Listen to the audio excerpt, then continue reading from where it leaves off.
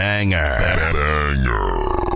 I'm like, yo, man, this is bullshit. And blah, blah, blah. He's like, hey, man, maybe it's meant for a reason. I always thought of it like that, bro. Right now, you really fucked up. Mm-hmm. I can't get rid of this thing. Life was easy. Fuck out my face. Yeah, what it was. I expect you to do the bare minimum, because then what's the point? True. To do that, I went and got one from the aisle, you dumb fuck.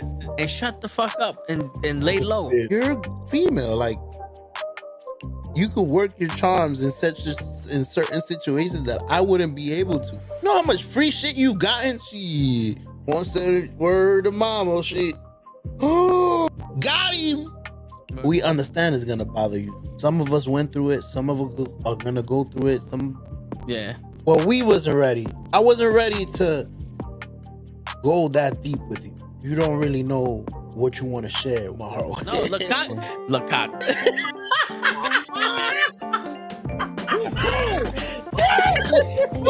Send hook, send cock. I do not agree with these guys. Word. Get the fuck out of here. They do it Sunday morning. Get the fuck out of here. Yeah. Get the fuck out of here. Get the fuck out of here. We don't want you here, asshole. Get the fuck out of here. Don't you come back.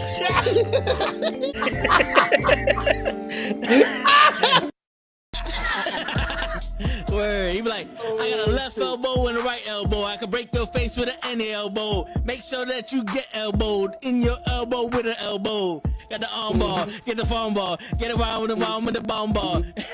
Daddy's gonna take you to Jersey Shore.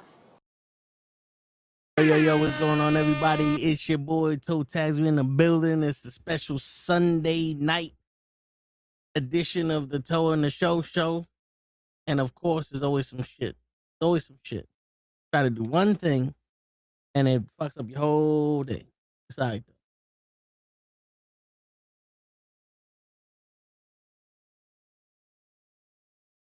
Be live and in living color. What's going on, everybody?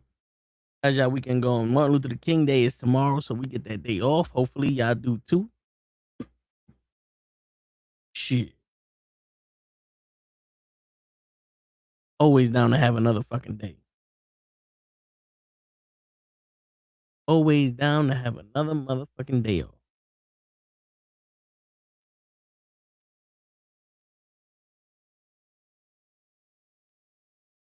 Let me see what I'm doing here. See, we got the fish tank cam over here.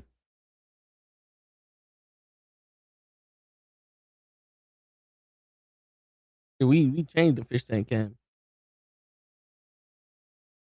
I'm using my action camera now with that. That's why it looks a little.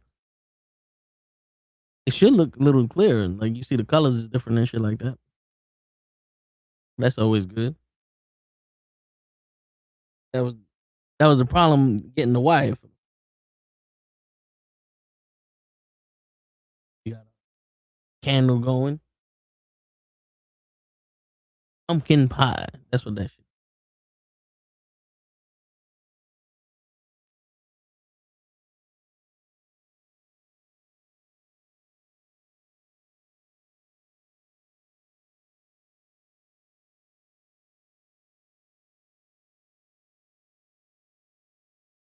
There's always something going on with some shit. I open up fucking Photoshop and now there's attention in this motherfucker. Hoach, what's going on, Hoach? Yo, what up, Yo, what up, Fish Tank? How you doing, Fish Tank? What up, player? How you doing, man? I'm good here, chilling, taking it easy, especially since there's no work tomorrow.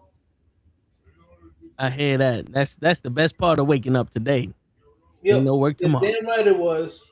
I woke up today and I was like, oh wait, I don't have to work tomorrow. She. Yo, man. My sleep schedule been off on the weekends. Like on Friday, I'll go to sleep after the show and shit like that, and then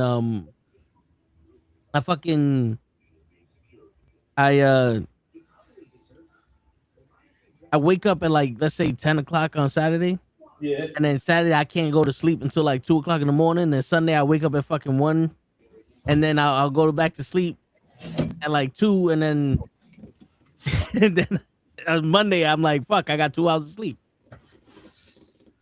Hold up. So Friday you went to sleep after the show.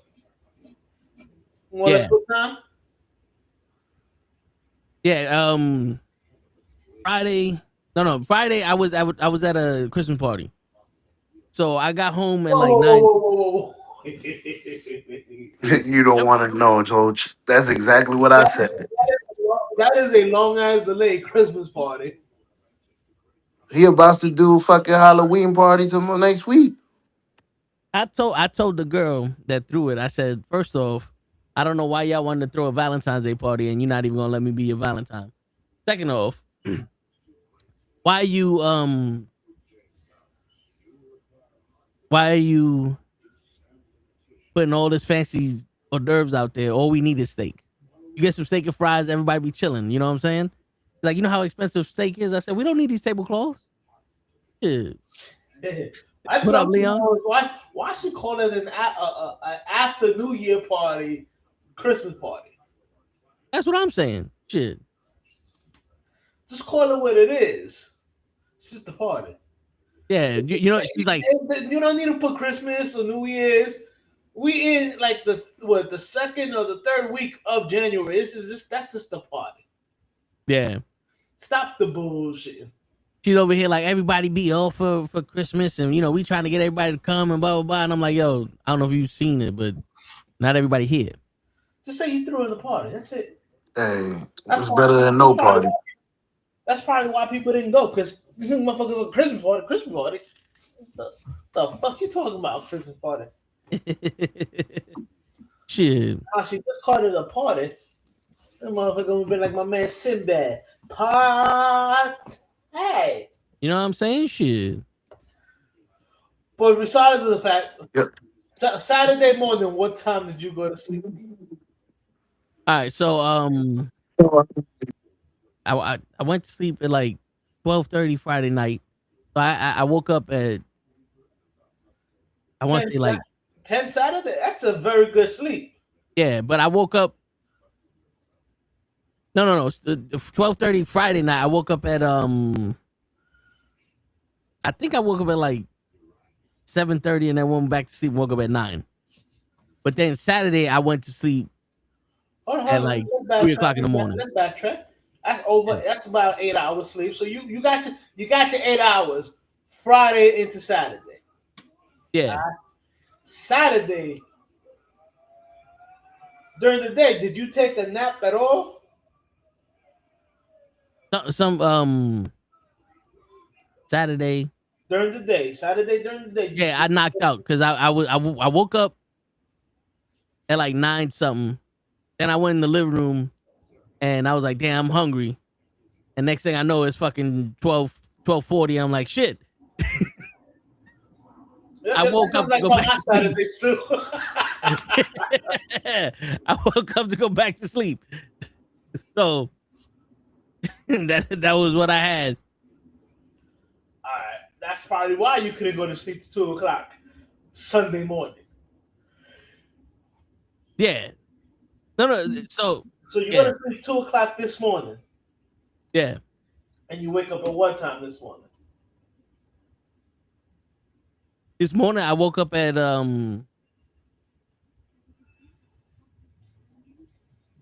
6, 7, 8, 9.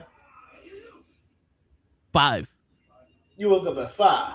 Yeah. You had 3 hours, so you probably had like a 12-hour sleep. 15. All right, so you know what? You got 15 hours in total in 2 days. That's not bad. Yeah. Technically, that's not bad. Now, that's the total amount of sleep. Now, the way you slept, that's not good.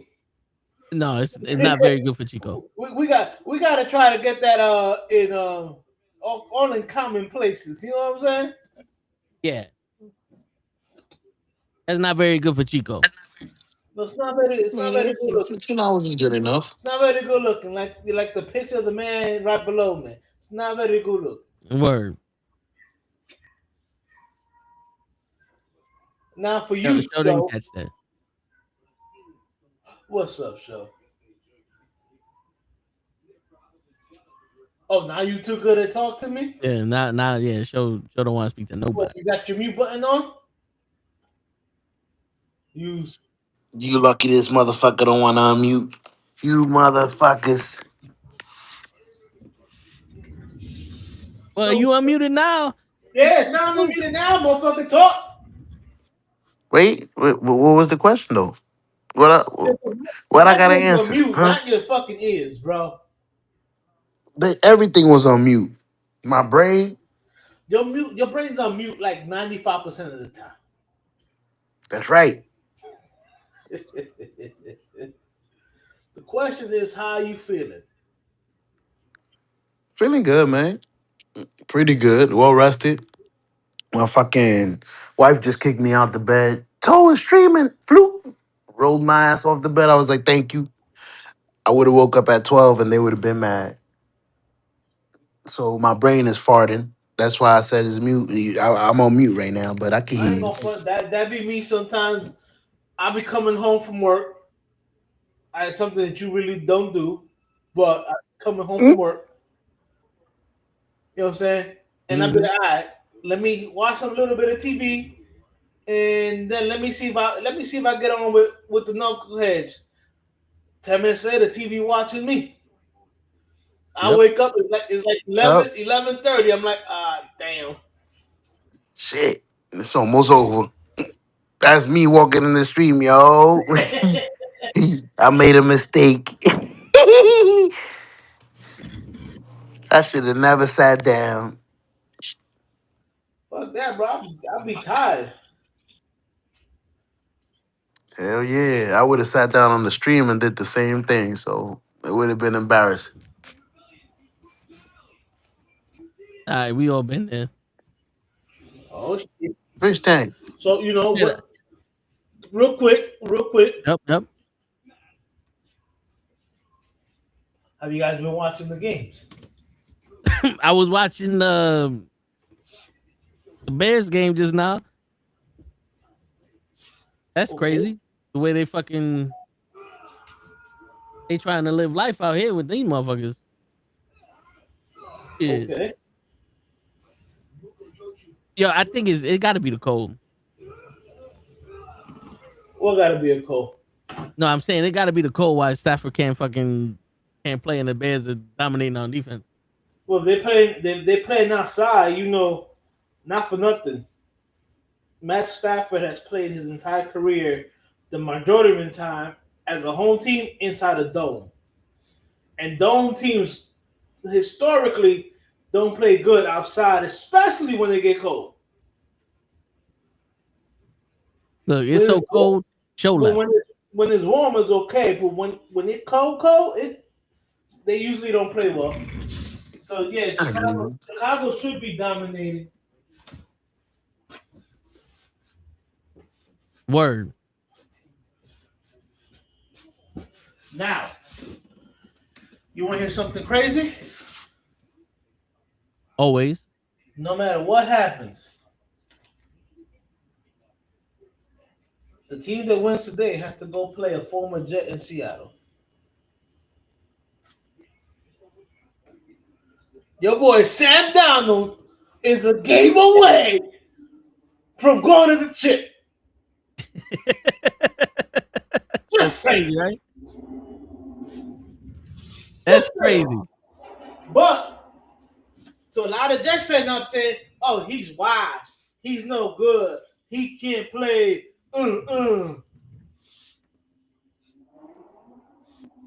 Now, remember how far along I've told you, if you put a decent team around Sam Donald, he can do some things. Yeah. It's not like Seattle's wide receiving corp is ridiculous. It's not, because they got rid of DK, and your man with the three names has stepped up. Tight end is decent. The running back situation is okay. The offensive line is good, and that defense is lights out. Just saying. I told you so without telling you I told you so. Yeah, shows the one that don't believe you. So mad because I can't remember my picks from last week, so I can't tell if I'm doing good or not. Who said anything about doing picks from last week, a-ho? Word. Nah, I'm just So saying you when you're lost. talking about football, I can't You really. I don't remember I'm my talking picks, so about I I'm can't you talking lost really about all defend. you Sam lost all of Donald, them. who a lot of Jets fans said was a bum, is a game away from being in the Super Bowl. I ain't Word. surprised about that. He was a game away. No, he was close with the Vikings. He's good. He was in We are terrible. he was in the playoffs with the Vikings. Y'all know Yeah, the normal guy? I ain't Shut up, surprised. noble guy. Now I'm gonna be surprised. Don't the Broncos have C.J. Wilson or whatever? That guy that used to be with us before. No. Do you know who they have though? I don't know, but they're about to bring Jason, him out. Jason Stidham, who was drafted by Bill Belichick, right? And this is the guy that Tom Brady had before he left the Patriots, had like a 3 touchdown lead against the Jets. Bill Belichick took him out. Jason Statham came in. First throw was a pick six. Bill Belichick took him out the very next play and put in Tom Brady. That's who's going to be in the AFC Championship game because Bo Nix got hurt. You show? Fuck it up for everybody. They should call fucking Cam Newton. Yo, we need you. Can you can they can't do that? Sorry. The playoff roster is already set. Anybody they bring on now will only be subject to be on the practice squad. They can get a ring, but they won't be eligible to play.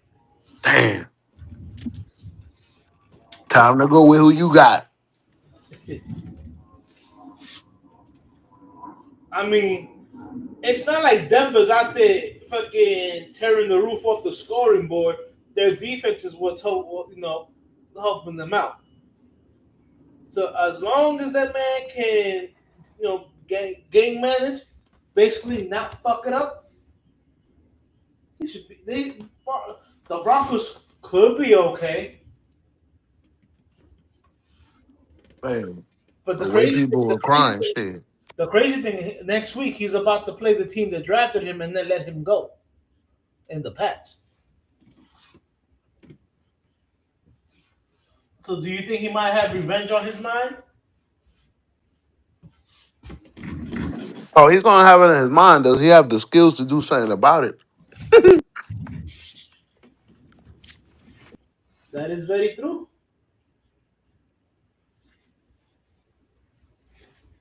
Do you have the skills to do something about it? I sure don't. I could have a lot of revenge. I'm gonna be throwing a lot of picks because I can't throw no spirals. My man said, I can't throw the spiral. I can't throw a ball to save my life. Word, I don't care how much revenge I need. I have. Good luck.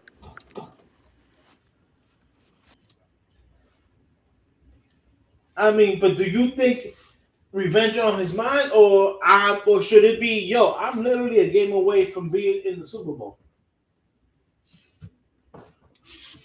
Go to the Super Bowl. Fuck revenge. Let's Nick Foles this bitch. Word.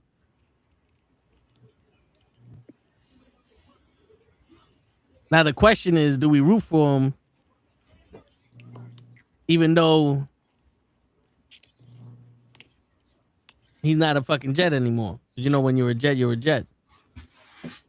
Oh, I'm rooting for Sam Donald because it looked like your boy Khalid Williams is going to be making it. And as much as I like Ben Johnson, and bro, Ben Johnson leaves the Lions, takes over the Bears in Chicago. Now, mind you, I always said that Chicago had pieces. They had players. You know what I'm saying?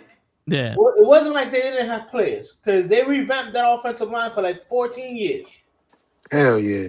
You know what I'm saying? So they had pieces.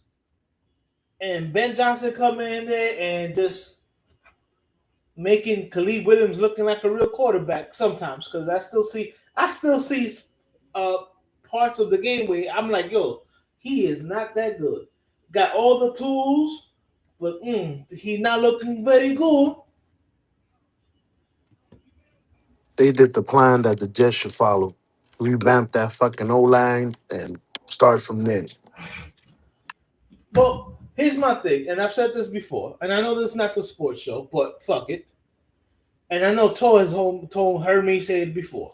This is Yep. every show. You know, Toe has heard me say this before. The way you build the team is you build the offensive line, you build the defensive line.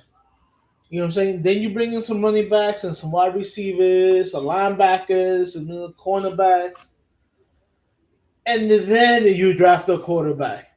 The quarterback is like the cherry on a sundae. You know what I'm saying? Mm-hmm. Not the beginning. That's why a lot of teams, like quote unquote. Remember many years ago, there was a guy from Kentucky, fucking amazing quarterback called Tim Couch. Gets drafted by the Browns. Career goes nowhere. You want to know why? Browns don't have nobody to protect them, nobody he can throw the ball, and nobody to run the ball. And I'm sorry, your Jets always make that mistake. They want to go and draft a quarterback. They have no offensive line. Yeah. Geno Smith, Sam Donald, Zach Williams. Yeah, we don't have nobody to protect them. Or any skills players. When Sam Donald was your quarterback, who was his wide receivers? So you took too long to answer. I'm trying to remember when Sam Donald was our quarterback. It was 20 minutes. The year we switched our fucking uniforms to black. Oh shit! They came to get that. They came to get Hoach. The ambulance is here. Ambulance. Shit. They trying to because they know that that's a good mic because that ambulance is at least like 4 or 5 blocks away. Damn. But yeah, so just look at. I'll give you time to look at Sam Donald's wide receivers when he was a Jet. All right, let's see.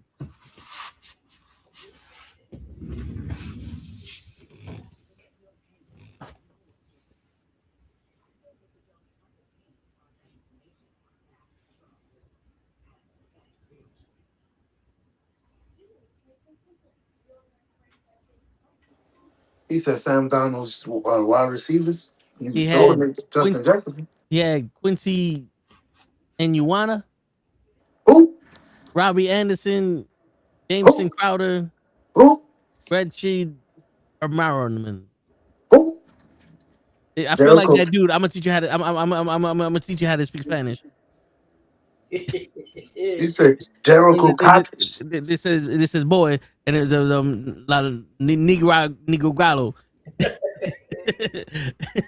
Yo, bro, there's 2 notables name on that day. Jameson Crowder, who's always been a slot receiver, never a number 1, and Robbie Anderson, who had a couple of good games, was always thought himself as a number 1 receiver, but you not a number 1 receiver. Let's cut the crap. Number guy just looked up the nigga. Yeah, Walmart workers for wide receivers. Hey, he sure played like a one receiver in New York though. He was the only one catching shit. He was our star receiver. He was the only one making plays for us. And who was y'all running back or tight ends? Telling you had Donald out there playing with bums and expecting him. You bugging? I think our running back was Damian Tomlinson. No, I'm lying. Le'Veon Bell. Who was a shadow of himself. Chris Herndon. Uh-huh. Well, he was our tight end. Yikes. Again, you guys had bums out there, and you had a bad offensive line, and here comes not all Jets fans because Toe knows the deal. But the majority of Jets fans talking about how Sam Darnold was a bum. How is he a bum when you guys had nothing around him?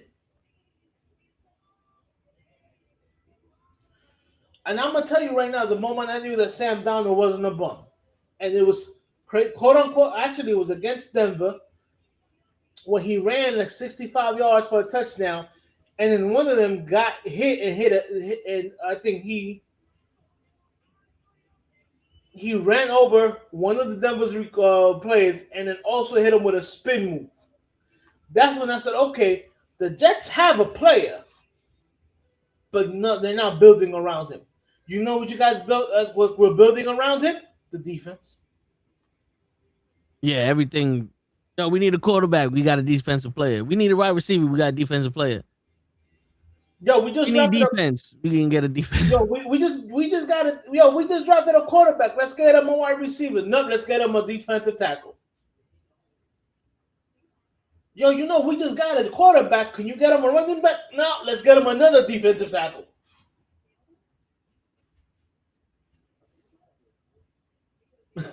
Bro, again, the dude leaves the Jets, goes to Carolina, where there's nothing in Carolina. Everybody goes, look, you see, I told you he's a bum. Then goes to Minnesota, explodes on Minnesota. But Minnesota had just drafted J.J. McCarthy. And I tell you right now, I guarantee you Minnesota's kicking themselves for letting Sam Darnold go. Because J.J. McCarthy, when he has been the quarterback, he hasn't looked good. But he has my man, he got hurt his first year, sat out the first year, got injured again this year. And sat out what? How many, like 3 or 4 games, or maybe 5 games? How many games you want to call it? But he hasn't looked good when he's in there. Darnold goes to Seattle. Is he putting up fucking world breakers numbers? No. But you know what he's not doing? He's not throwing interceptions. He's not costing the Seattle Seahawks any games.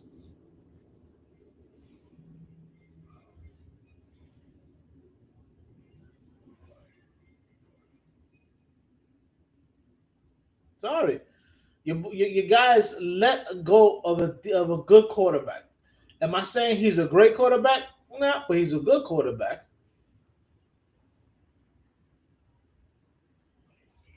The mic is not working. Yeah. I mean, shit. His fucking he's good enough to bring the team that we had with Zach Wilson and Aaron Rodgers hurt somewhere.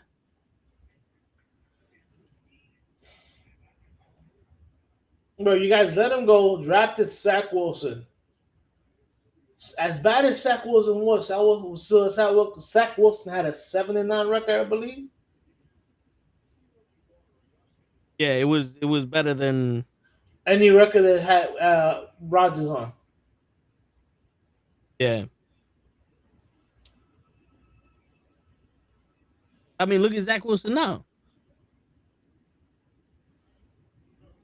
He's doing phenomenal. Look at Act Show. Where's Zach Wilson at? At home. I thought he was in the Broncos. Last year he was in the Broncos. He's in Miami this year, I believe. But listen, bro. The milk killer is in a good place because Miami got a lot of milfs down there. Yeah, they do. A lot of young milfs too. That's right. But bro, I just all I know is that, like I told people, I said this football year has been crazy. And if you look at the teams that are in the playoffs, vying for going to the Super Bowl, nobody would ever. No, I don't give maybe a diehard fan, but nobody saw the Pats, Denver, the Rams, the Bears, Seattle. No, maybe the 49ers, because we all knew the 49ers had players, but well, nobody was putting these teams in the playoffs. I would have, but I'm still hedging my bets on the Jets. You know what I'm saying? We got that money in the bank that we could just pop out somewhere. Yo, that would be funny. And until you give an NFL team a money in the bank. Word. Yo, this is the Super Bowl is 0-0 with 20 seconds left. The Jets come, we're going down. They cash the money in the bank. They hit a field goal. We win the Super Bowl. Woo, I'll take it. I'll take it, Hoach. I don't give a fuck. At this point, we need something. My man Shit. said, okay, ladies and gentlemen, Super Bowl is tied. Okay, whatever team is marching down the line, they're at the 20-yard line with 20 seconds to go. And the field team is, wait. Oh my God, it's the Jets with the money in the bank. They just kicked the team off the field.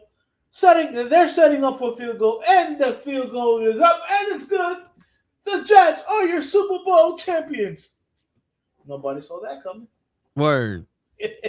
And then they go, you just won the Super Bowl. What are you going to do now? And they just say, before I go to Disneyland, fuck Aaron Rodgers.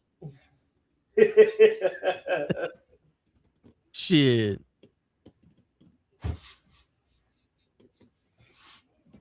Yo, I'm surprised that the Bears are doing so damn good though. But they're not. To this game, They're not doing that good. They're doing great considering that they have a quarterback that even this year has looked bad at times. Khalid. Ben Johnson has them believing in themselves. And whoever the defensive coordinator is has that defense playing good also. But you know the show, there ain't no Sanders in the playoffs. Ooh, shots fired. Ain't no Barry Sanders, no Shador Sanders, no open up the door for Sanders. None of the Sanders. No Deion Sanders. Word. No Leon Sanders, none of that. No orbitable Sanders, none of them motherfuckers. Yeah. And it's crazy. Word. By the way, Giants fan, congratulations. Oh, what a pass. Oh, yeah. How you feel about your coach? Dude, I told you. I said I had him or Stefanski or whatever as my next coach. I heard he went to the Falcons. And it's funny because I know a lot of people are talking about how he doesn't want John Harbaugh doesn't want to be with Joe Shane. But I'm like, yo, dude, did you guys see the picture of them having dinner together? I said the only holdup was that everywhere that Harbaugh has been, he's worked with the GM, but he's always talked directly to the owners. The Giants organization has never been like that. The Giants organization has always been the GM hires the coaches and hires the players, drafts the players, but everything he does has to get the approval from the owners. Yeah. You know what I'm saying? That's why I keep telling people that that whole shit with Barkley and Joe Shane, it paints Joe Shane in a bad spot. Like he's been taking the heat, but that's a John Mara call. Been saying this since day one on this show. That's not a Joe Shane call. That's a John Mara call. Again, people, I've been watching this organization since 1985. Okay, I grew up watching the Giants organization. I know how they work. Okay, a lot of you fans who don't know the ins and out of the organizations are going to say, oh, that's a Joe Shane call. Just like Dave Gettleman, when he traded Odell Beckham, he had to get the okay from John Mara. So when John Mara tells you, oh, I hated to see Barkley wearing a Philly jersey, motherfucker, you could have avoided that had you given the man a little bit more guaranteed money. Hey, he wanted what, 23, and they offered him what, Like 17 or some shit. They offered him the year that him and Daniel Jones were free agent. They were trying to sign Barkley first. They offered him like a 3-year deal with like $32 million or $33 million guaranteed, or something like that. I mean, 3 years at $33 million, but only $19 million guaranteed. Barkley said, "Yo, make the guarantee money 23 or 24, and I'll sign the contract." But man, that is only a $3 or $4 million difference. John Mara, you're a fucking billionaire, whatever. That's chump change. Yeah. You could have said, "Hey, Joe Shane, give him the extra $3 or $4 million in guarantee money, and make sure you lock up Barkley, and then go out and then let's go see if we can sign Daniel Jones." No, what you did was, okay, Joe Shane, let's put the tag on Barkley, and let's go sign the Daniel Jones.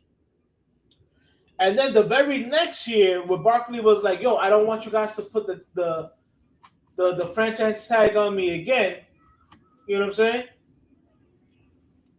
The Giants, quote unquote, didn't want to disrespect him and put the tag on him. But meanwhile, they had the entire year to negotiate with him.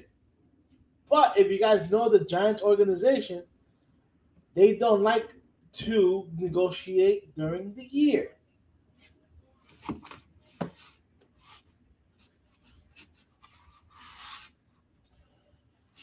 Yo, Show, did you go to sleep on us again? I think he did. I was listening to you. Yep, they don't like to negotiate during the year. You're a fucking liar. My man, I heard you snoring from here. Nah, I'm wide awake. My man told said he had to call you. Motherfucker, wake up. Word, I was like, where the fuck you at? He does that when he's sleeping. He think we don't know, but we know. We know. Mm-hmm. You heard Stefanski got hired by the Falcons, right? Yeah, I saw that. That's a good move for the Falcons for their quarterback. And when you think about it, they still got team. They still got BJ under the rookie contract. They still got the Kyle Pitts on the rookie contract. They still got this kid Michael under a rookie contract. I mean, even though I think Kyle Pitts' contract, I think it's coming off either this year or next year. I gotta find out if they exercise the 5th-year option for Kyle Pitts, which I'm pretty sure they would have. Man. Falcons if they can find themselves somebody who play some defense, they should be in some good things next year.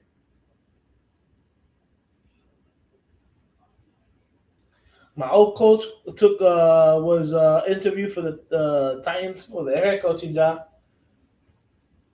Dude, I was reading one of the articles from one of the Giants website, and goddamn, there's a beat writer out there that's a fucking hater.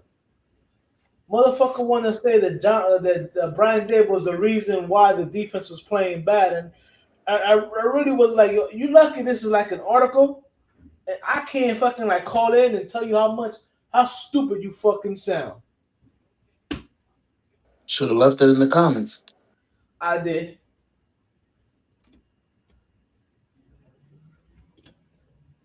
I said, this is for the report. This is for the writer of this article. You don't know what you're talking about. You have no business being a rough fucking writer. I go, Brian Daboll was not the reason that the defense fucking couldn't hold the lead. The defensive coordinator is the reason why they couldn't hold the lead. Word. They ain't letting out Plymouth Rock. Some people are not qualified for their job.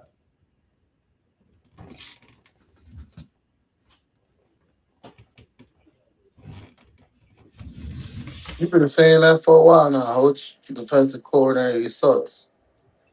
Bro, I've been saying since last year. But nobody want to listen to old Hutch over here. Man, I was listening to you. Yeah. Half the shit I be saying is because what you be saying. Kept telling everybody, like, yo, the dude sucks. No, he doesn't. The dude sucks. No, he doesn't. Okay.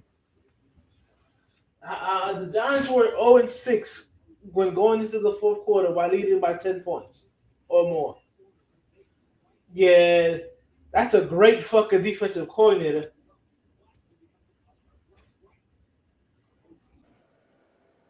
I love that how people don't know how football works and want to fuck. Like, this is a writer for a football writer.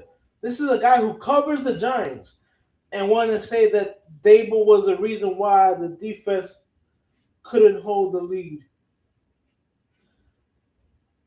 The only thing I have against Dable was that there was a couple of times where he fucked up with Jackson Dart. You can tell that Jackson Dart was concussed and he left him and he put him in the game or left him right in the game. You know what I'm saying? I'll give you guys that one, but to say that he was the reason why the defenses weren't playing, then you gotta be fucking kidding me.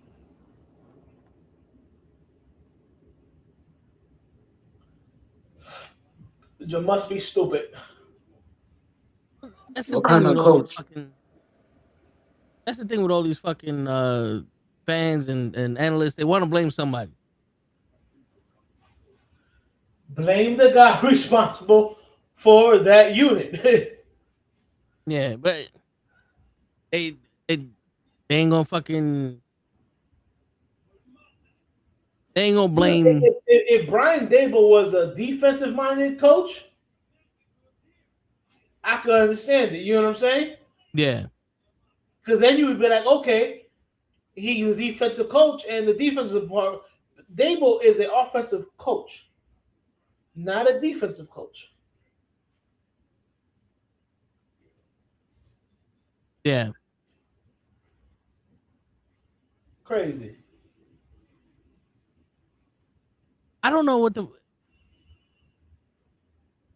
To be honest with you, if I'm gonna be honest with you right now, from what I see with the Giants do and all this shit that happens in the NFL, I think sometimes the Giants roll in shit.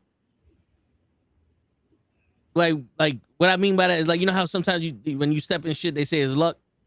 Right. My pops will always say when somebody's really lucky, he's rolling in shit. Yeah. So I think the Giants be rolling in shit sometimes. Because how the fuck y'all fire your coach that wasn't the problem, and then now you got a coach from the Ravens that they're saying is a Hall of Famer and way better, and y'all got a 5th round draft pick. That you could have traded the first round, the first pick in the draft for all this shit. You got a number 5 pick. You got a quarterback that came out of nowhere. And now y'all sitting good. Everybody's like, oh shit, we should make the playoffs next year. And the Jets, we have a Hall of Fame quarterback, a rookie of the year, fucking running back, a rookie of the year, fucking wide receiver, the best defense in the league, and we can't win 6 games. We fire our coach and everybody's like, fuck you. It's like, damn, how bad are the fucking Jets that even when we're supposed to be Super Bowl contenders, people is like, nah, I'm good. I'd rather go play in Atlanta. I mean, it's not like the Jets were rolling, and the Giants are rolling and shit. Because think about it. For many years, the Giants couldn't figure out how to fix their offensive line. Now, I know a lot of people are saying, oh, yo, the offensive line was good this year. It was decent. I go, but you guys do know that the right side is manned by a 35-year-old and by a 32-year-old. But they ain't gonna be there that long. Right. As much as I like Thomas, as on my left tackle, who is a top 5 left tackle, he's been hurt the last couple of years. Now he's still young. My left guard, he signed a 3-year deal. Next year is his last year. You know what I'm saying? Yeah. My center, who everybody was saying was a bad pick by Joe Shane, 4 years ago, 3 years ago, finally looks good this year. You know what I'm saying? Yeah. A lot of people are talking about how John Harbaugh might want to bring his offensive line coach here to the Giants. That dude sucked. The guy that I have on my team right now, Carmen Belicio, is doing the goddamn thing. So the kid, the guy that we drafted for Purdue, put him in the fucking lineup, a right guard or a right tackle. You know what I'm saying? With the number 5 pick, I know a lot of guys. You know me. I said that we should have kept on losing. Yeah. And got the number 1 pick. That way we can fucking ransack that, ransom that shit for a whole bunch of pick. But regardless, we would have gave you some shit for that first pick. I mean, with all the dumb trades you guys you guys got like fucking like 15 first round draft picks for like the next 5 years. Word. I'm exaggerating, but let's see if they do anything. Yeah, I mean, it's crazy how we get all these draft picks for draft that don't have that much fucking people in it. Homeboy went back to college, so what? The second pick now is not gonna be a quarterback. Or am I really? He officially went back? Yeah, Dante Martin or whatever the fuck his name is. Really? Yeah, I heard because he saw it was us. Which is bullshit also, because you in the fucking NFL. The Jets are not the worst team in the league, but I listen. It's not that the Jets are the worst soft, yeah. To me, and I've said this before to you guys before. It's not that you guys are the worst team in the team. Your organization is bad, and it starts with your owner. Yeah, and you know that too because you hate that motherfucker. Yeah, I hate everybody that makes a decision. Fucking, I don't understand how the fuck we're at. I don't get it. Right. I guarantee you this thing though. Had you guys fired Aaron Glenn and probably replaced him with Kevin Stefanski, I guarantee you that guy don't go back to college.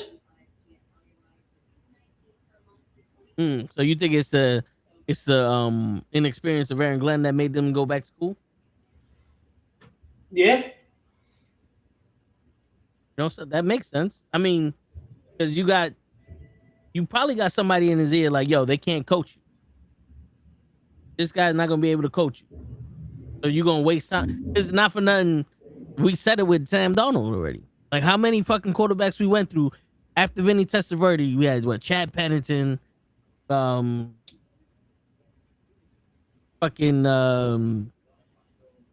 Fitzpatrick. Who? Geno. Yeah, Fitzpatrick, Geno Smith, Mark Sanchez, Zach Wilson, Sam Darnold, Mike White. Like how many quarterbacks we went through in the past fucking how many years, and now they're starting to get good on other teams. Like Mark Sanchez looked the best out of all of them besides Pennington after he got hurt. But then when he went to another team, it was like, yo, this dude can't play for shit. Well, again, Mark Sanchez looked good because the Herm Edwards surrounded him with guys that made him look good. Yeah. But then he went to another team and they were like, oh, we got a decent quarterback. He started throwing the ball and all you heard was right. Yeah, that's for sure. I know Show likes that. I mean, but My favorite button. I mean, no, you're right. Yeah, and you know what's the craziest thing, bro? Remember many years ago when Peyton Manning was coming out of college and the question was, who's a better quarterback, Peyton Manning or Ryan Leaf? Yeah. And Ryan Leaf had that meltdown with the Chargers, like a couple of games into his rookie year or whatever it was, and then disappeared from fucking football after like 2 years or 3 years.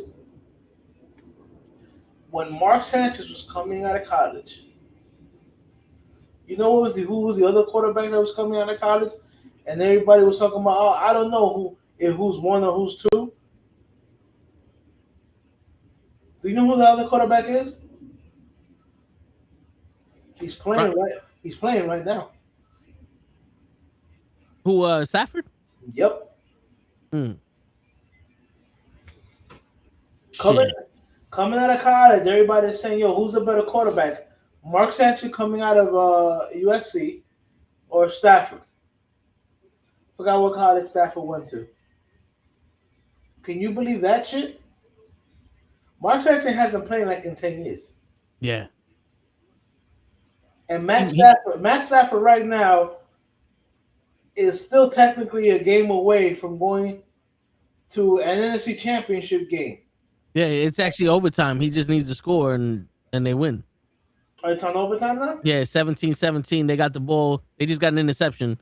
They got the ball, and the next team to score wins. All they got to do is kick a field goal.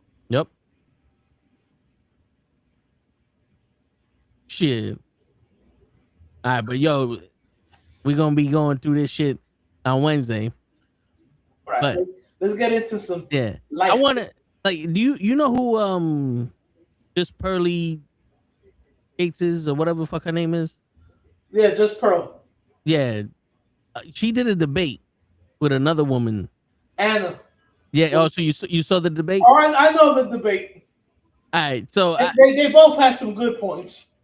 my thing is, why the fuck is everybody talking for men with the craziest left field fucking talking points?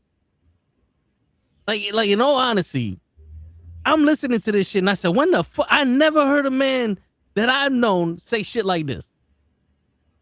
Like I've seen guys that pay child support and they're like, yo, I got $10 after my paycheck for myself. Right. Because they garnished their check for the child support and shit. I've seen that, yeah. I don't know why that happened or whatever. I'm not in their business because, you know, as a man, we don't ask questions. People tell us shit and we're like, oh, all right, cool. Yeah, exactly. All right. All right, yo, that's fucked up. Word. We don't ask questions. You deliberate or you don't. but yeah, and then I'm listening. I'm like, everybody's like, oh, men shouldn't get married, this, that, and the third, and blah, blah, blah, blah. And I'm like, yo, you ever stop to think maybe it's not the fact that men are going into a situation losing. It's the fact that they're going into a situation with the wrong person. Thank you. You know what I'm saying? Because like let's think about it this way. If you buy a car, oh, even better, you buy a house because that's a 30-year commitment. You buy a house, and that house has the fucking knob and tube wiring. Now, according to regulations, that should not happen. You have to upgrade your wiring and shit like that because it causes a fire. You go into that house with knob and tube wiring, and every house is made that way, and every house is like half the houses are burning down. Would you go, yo, stop buying houses? What kind of fucking idiot would buy a house that's gonna burn down? And blah, blah, blah, blah, blah. You know what I'm saying? Maybe you should fix the house that you get or do a better fucking inspection. Listen, don't get me wrong. I'm the first person to fall in lust real hard. Of course. Especially if the girl's pretty. I'm sorry. That's why everybody goes, oh, do you believe in love at first sight? I go, no. I believe in lust at first sight. Yeah. I'm sorry. You cannot fall in love with somebody the very first time you see them. That's not love. That is lust. Yeah. Love is when you actually know what the person is about. Yeah. And so I understand where you rush. Fools rush in, like the song said. Of course. But this is where you tell your family or somebody like, yo, I want to marry this girl. And then that's when they start asking the questions. This, are you sure? You this, you that, you know what I'm saying? Because there'll be times like I vet secretly the people that my family go out with. And I ask, I'm like, yo, what's up with this guy? You know this guy? And I get some information and I see how they act. Like, all right, he takes care of them or whatever the fuck case may be. If I don't like him and they were like, yo, we're going to get married. Like, I don't know. I don't know. Like, this is where people need to stop with the whole, oh, it's their life. Nah. Because now you got somebody that's going to fuck up the rest of their life. You know what I'm saying? Yes and no, because there are some people that no matter what you tell them, They're gonna do what they want. they're not gonna listen. I know. I hear you. No, it's true. It's true. But sometimes when they go deal with the shit because they didn't listen, and now you're at the point where you go, "I thought I told you so." That's when you turn around and said, I told "See, you so. see." But yeah, I just don't like the fact that motherfuckers is talking for us. Like, it's like, yo, the last time I remembered, I can speak for myself, and I'm quiet on the subject because what y'all saying is ridiculously stupid. Like, this whole argument is so fucking stupid, and not for nothing. I know the clip you're talking about, the whole child support and shit like that. Yeah, And you know what? Perla does have a point, but so does Anna. yeah. And it sucks. I'm like that. I'm like, I saw the clip you sent me. You're like, oh, the person's like, oh, Perla shuts down Anna, and I'm like, okay, that's one instance. I go, there's another instance where Anna completely shuts down Perla. So I'm like, yo, it's a give and take. Yeah. The whole thing is, you know what I'm saying? And Perla's correct when she says that, you know what I'm saying? The man doesn't have a choice to pay child support. And I go, she's partially right. And people get mad when I say that. Yeah. And they're like, what do you mean she's partially right? I'm like, yes, the woman is the one that decides, you know what I'm saying? If she's gonna have the baby or not. That's totally, no man can tell her, no, you, as much as you tell a woman, yo, I'm not financially ready or whatever, the woman says, I'm gonna have the baby, I'm gonna have the baby. Yeah. I go, but here's why I tell people it's a yes or no. And they go, why? I said, because the man decided to put his dick in her. That's where he fucked up. This is true. And we all been there. We all been there. We all took that chance. Perla is not wrong when she says that the man doesn't have a choice. You know, I say, yeah, he doesn't have a choice when the baby is already conceived. I go, but he has a choice whether to stick his dick into her or not. Yeah, because, you know, you make the baby. The baby just don't pop up out of nowhere. You know, and I get it. I get mad at some females that go, oh, we don't need men. Yeah, you do. You're not a reptile that can have your own kids. Yeah. You're not a man in our sperm. You can't have kids. Yeah, scientifically. Yeah, so yeah, you need us. You can't identify as pregnant. You know what I'm saying? Yo, you need us so much that we have something that we call sperm banks. Yeah. That you can literally go in there and they have a full report of the individual and you can decide to use that man's sperm. Yep. Now, if you go that route, that man has no business paying any bills. Yeah. That's on you. That's on you. All right. But have you ever heard of an egg bank? No. You know, now women do freeze their eggs, but when they want to use those eggs are re-implanted into the woman. Yeah. For later use. Right. When you go to a sperm bank, the sperm is basically injected into the woman. Word. Yeah, just real quick, the Rams just won. The Rams won? Yep.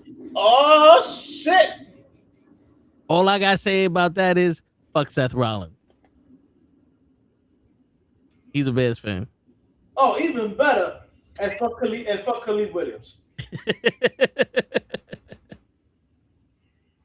But yeah, no, I hear you, bro. You know, as a young man, because let's face it, I said this shit plenty of times. When you hit 20, you look at teenagers like, yo, you stupid. Then you hit 30, you look at 20-year-olds like, yo, you stupid. Yep. Then you hit 40, you look at 30-year-olds like you stupid. So you still a young man to somebody. And when you get older, that's when you realize, fuck, I was stupid. It's funny because my nephew is 27, right? And Yeah. everyone's like, yo, goddamn, he's 27. And I'm like, yeah, and I still call him kiddo. Because it's you can even act show. And I'm like, yeah, he's 27, but I'm 47. Yeah. So to me, he's still a youngin. Yep. You can even act show. We have conversations with younger kids in their 20s. And I'm like, damn, why I feel like a fucking uncle or like a stepdad or some shit. Like I'm giving so much advice. I'm like, damn, was I this stupid when I was that young? And they're like, yeah, I was. And that's why I'm saying, as a young man, I don't want these motherfuckers speaking for me. You know what I'm saying? Because you can only learn shit through life. And I understand people give you advice and they tell you shit that they went through. And there's sometimes you make bad investments, you make bad choices and all that other shit.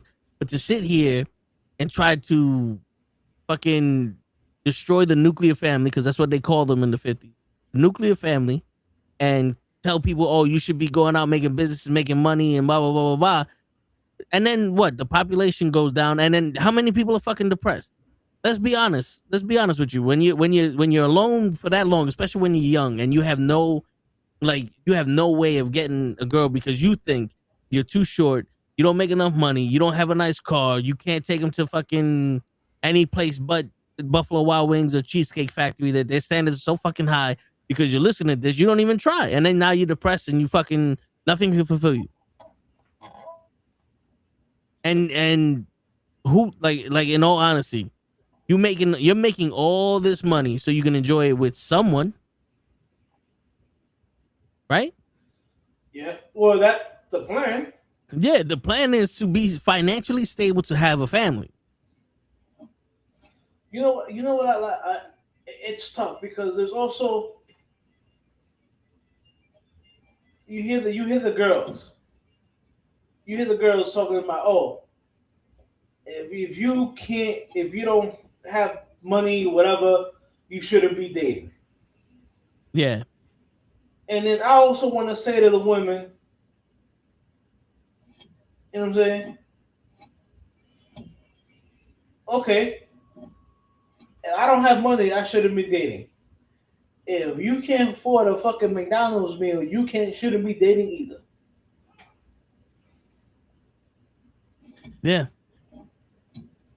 I gotta remind people, when men are simple creatures, we are. Correction, the majority of us are simple creatures, bro. You give us, again, you be like, yo, let's go to fucking Popeyes, McDonald's, or some shit like that. We all right with that. I mean, am I gonna turn down a nice little porterhouse steak? No. But I know, Me neither. but I know that's a luxury. You know what I'm saying? You have women nowadays that expect a man to give them luxury items on the very first date. Yeah. Like, I'm sorry. Like that list that went out a couple like last year talking about the top the 20 places not to take a first date, and they had like the Cheesecake Factory and this and that and all. I'm like, hold on. I am not taking you to Bobby Fry's fucking 5-star restaurant or Gordon Ramsay's 5-star restaurant on a first date. You must be out your kind picking mind. Yeah. And the only way that I'm actually going to do that on a first date is if I talk to you for fucking years. Like if we're friends and or you know, I've known you for a while and we, you know, became romantic or whatever the case may be, then it's like, all right, then I'll think about it. But other than that, like, who the fuck are you? I don't know you. See, that's the thing. It's like you want to be wifed up and you want wife privileges, but we ain't there yet. Right. And it's funny because you hear women say, oh, don't give that man wife privileges if he's not your husband. Oh, I'm sorry. So you're telling my girl that she's not supposed to cook dinner for me? I'm telling you right now, the whole women keep each other single. It is not a phrase. It is the truth. Women ruin it for women. Yeah. Yeah, like I know there's a couple of dickheaded men out there that be trying to fuck other men's, women and wife. But for the most part, if we see that you got a good woman, we're like, yo, good for that nigga. And we're going to leave it at that. Yeah. A woman sees another woman with a good nigga, and it's not, I need a guy like him. No, I need him. Yep. Chris Rock said it best. I want that one. That's right. But And it's crazy. Yeah. But it's the truth. Yeah. We're also fucking a lot more vain now. Like I noticed a lot more people are playing that nice person shit where they're like, oh no, I accept everyone for who they're. Bullshit. We are now in an era now where a fucking nice personality and a smile don't get you shit. Because everybody want that fucking on camera shit, or like they think, oh, I make this money, I gotta get somebody that look like this. Right. Or if you don't make this money, you gotta look like this, or you gotta do this and you gotta do that. It's like, okay, so now how crazy this shit? You got a man and you got a best friend, and your best friend treats you better than your man does, and your man's mad that you got a best friend that treats you better than him, and he pissed off that you ain't falling in line.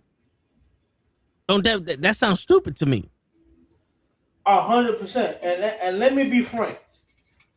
Ain't no way in hell somebody else is treating my girl, my wifey better than me. Because if you letting that shit happen, you a sucker. Yeah. Yeah. And that's something that I don't get with the whole, like, ain't your significant other supposed to be your partner? Like, Yes, you can. yes and no. See, I grew up in the era of, you find a woman and you build together. It's a partnership. Nowadays, and I'm not saying all women, but the majority, and I'm sorry, especially the ones that be out in the club. You know what I'm saying? They don't want to build together with a man. They want to find a man, aka a scammer, that already got money. Yeah. Cause now I'm not gonna lie, I seen some of the baddest baddies with guys that I know that are scammers, and I'm like, well, that's or back in the day growing up, it was drug dealers. you know? Yep. And I'm like, you do realize that's not gonna end well.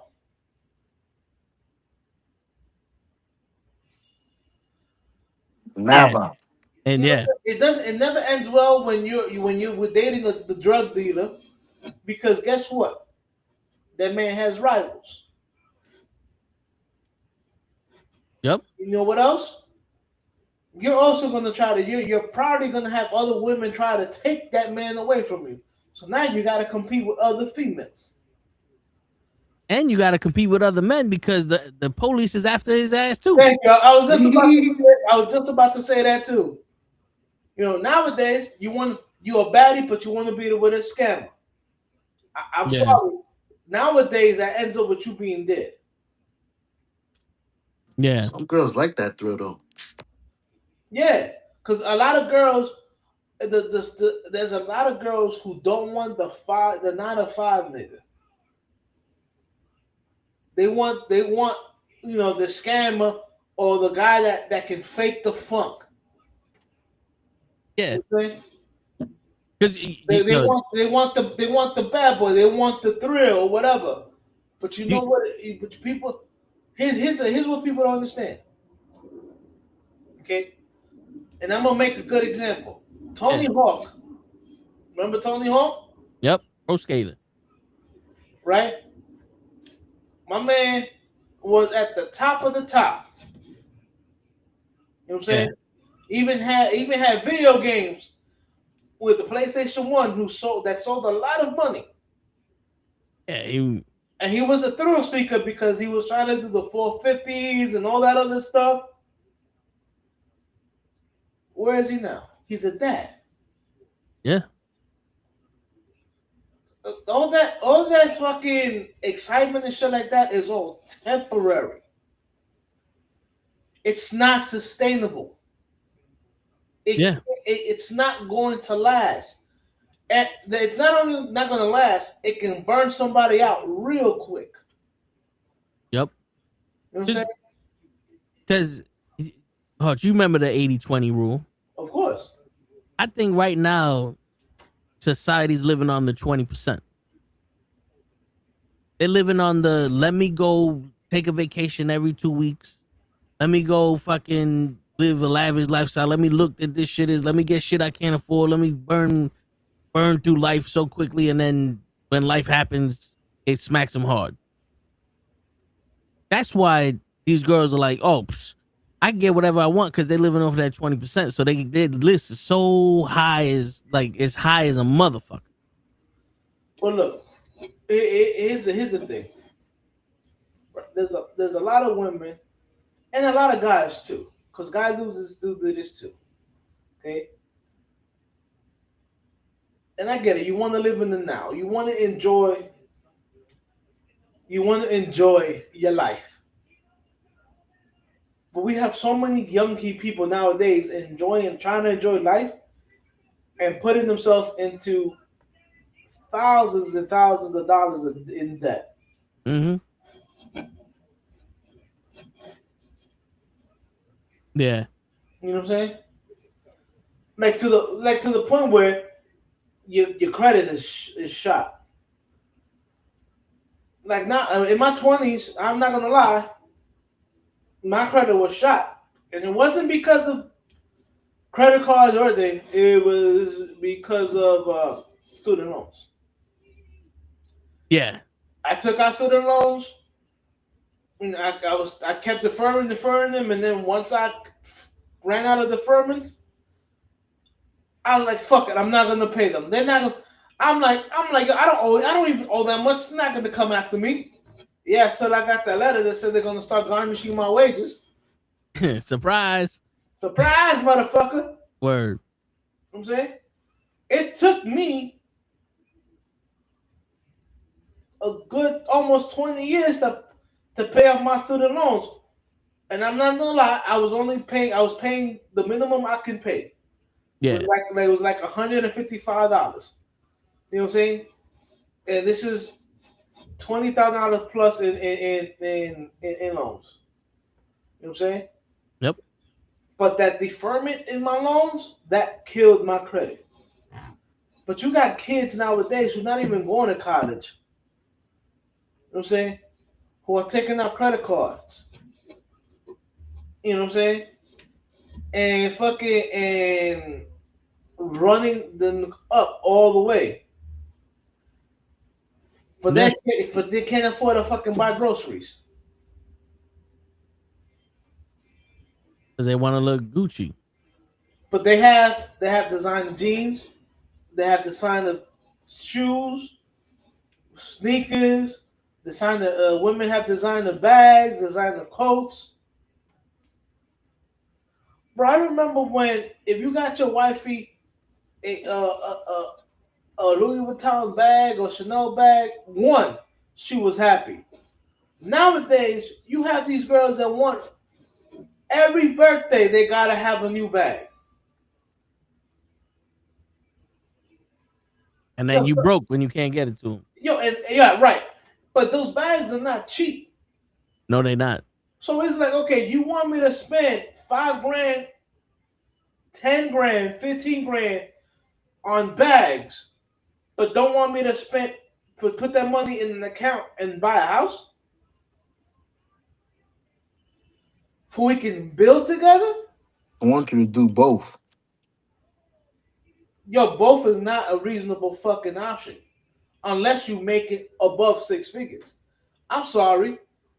I don't know any 20 or 30-year-old who's making 6 figures. It takes Oh, time damn. to get up to that level. That's what they want nowadays. Fuck that.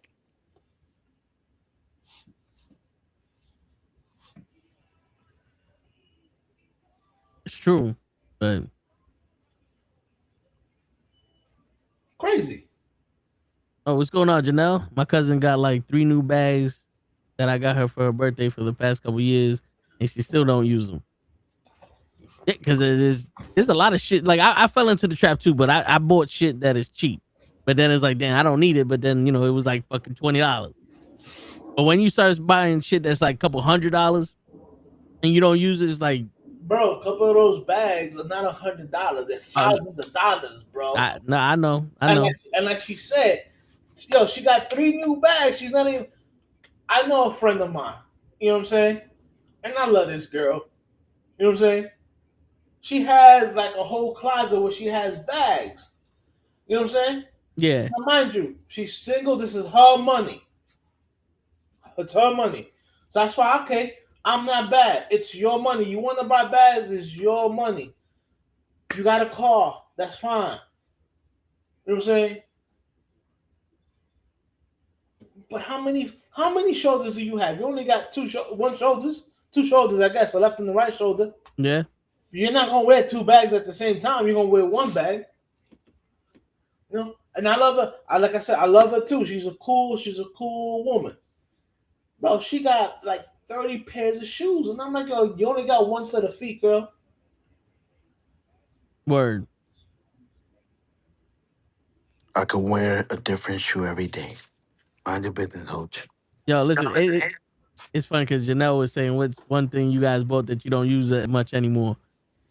A lot of the shit. His Xbox. Yeah, the Xbox. I bought 3 of them motherfuckers. I gave one away in the stream, and then I got one in the living room. I got one here. I barely play that motherfucker. I fuck the shoes I rock though. The show seen me rock. A lot of the shit I get is for the stream, so it's being used, but it's still like this action camera. I don't use it as much as I thought I was. There's no action, Toe. Yeah, there's a lot of shit that it's like I don't need it, but I got it. Look, don't get me wrong, bro. I didn't think I had a lot of shoes or whatever. I bought those things like you see in the back that you have your sneakers like that, whatever. Yeah. But I went on Amazon and I got the boxes for them. Right? And Yeah. I'm like, yeah, I have more shoes than what I thought of. But it's shoes that I bought like years ago that I rocked. And they're still usable, but I don't use them no more because I go to work. I gotta wear boots at work. So Yeah. I be just been like I got sneakers, and I'm like, yo, I can only rock them in the summertime, really, like on the weekends. In the wintertime, I'm rocking boots. I'm the same way, Hoach. You know what I'm saying? But that's look. I had to work one of my first jobs, not one of my first jobs, but actually, yeah, my first job in this industry, the HVAC industry, right? At my first company, I had to wear dress pants and shirts. You know what I'm saying? Or polo shirts. So I got dress pants. I got a bunch of dress shirts. I got ties of the Wasu. I got a bunch of polo shirts. I don't wear none of that shit no more. Now, mind you, some of that shit I don't fit into no more. That's another discussion for later. Shit, I'm in that boat now. I'm trying to get some shit for DR. You know what I'm saying?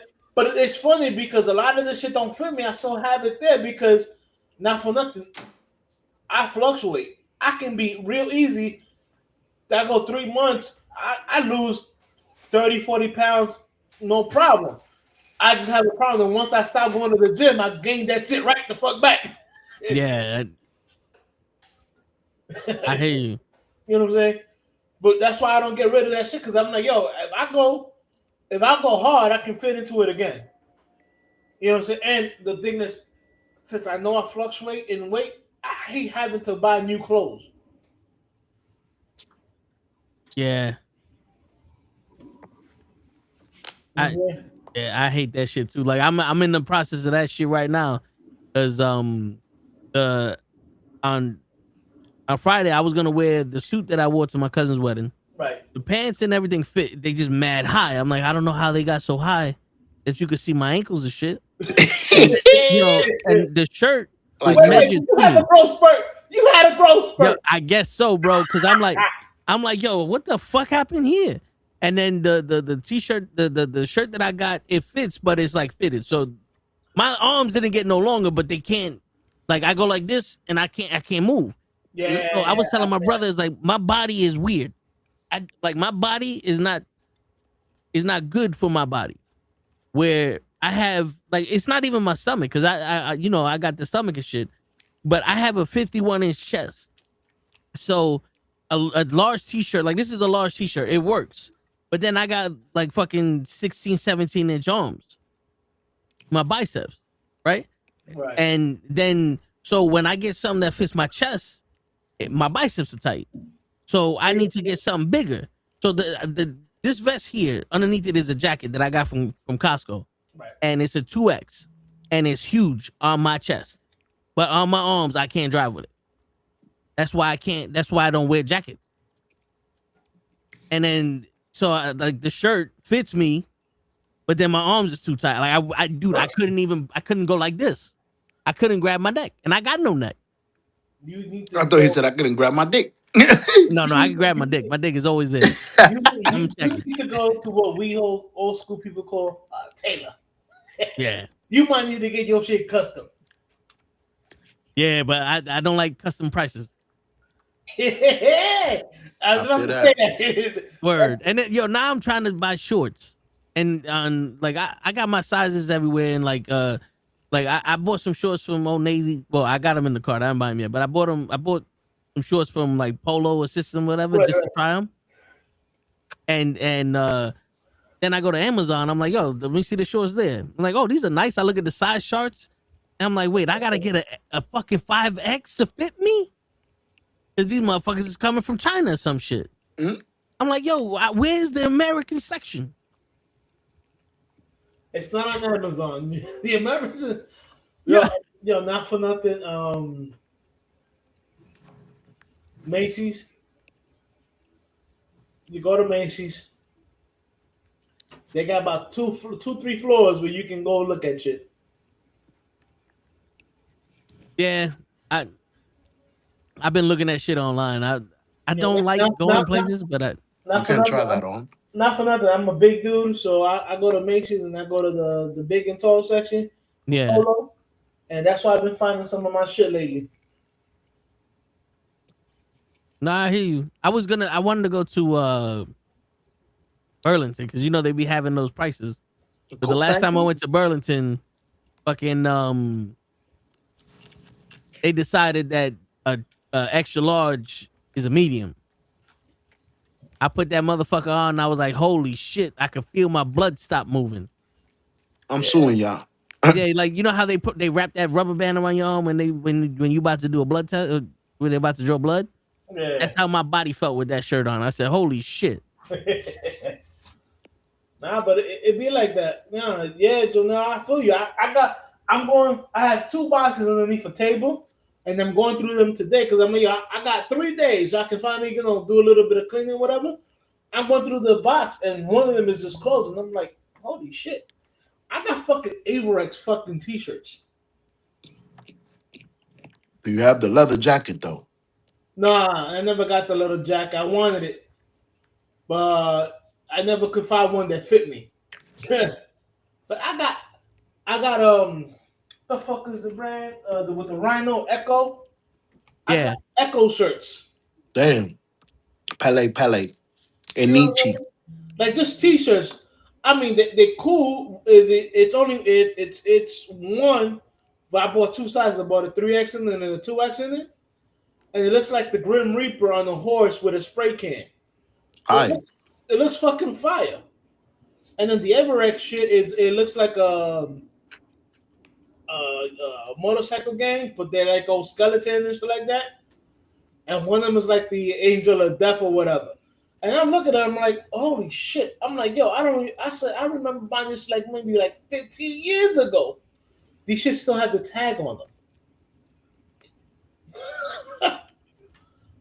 Dude, I put them away talking about something like, yo, because I'm moving. You know, I'll unbox this and I'll wear them then. Bro, I remember. Correction. This was bought maybe like almost 10 years ago because I moved up here about 8 years ago. So yeah, I moved in my building. I moved from the second floor to the fifth floor 8 years ago. So yeah, so these shirts must be like 10 years old, and I'm like, holy fucking shit. Did you get to wear them? I told you, the 3X shit, yeah, but I saw like if I see something that I like, I always buy like if I'm a big size at that time, you know what I'm saying, like the 3X, I'll buy me a 3X and I'll buy me a 2X because I know, like I said, I fluctuate. So in some time, I'll get down to a 2X.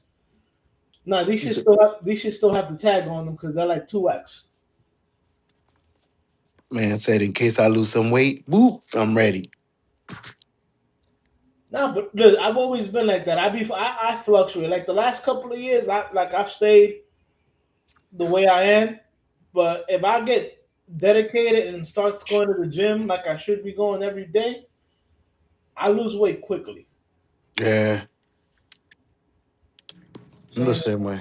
and now that I have a wedding to go into, I started the gym already. You know, I'm trying to look fit. Good. Oh shit, told you taking Hoach to the wedding with you? Yeah, man. You my plus one. Yeah, girl.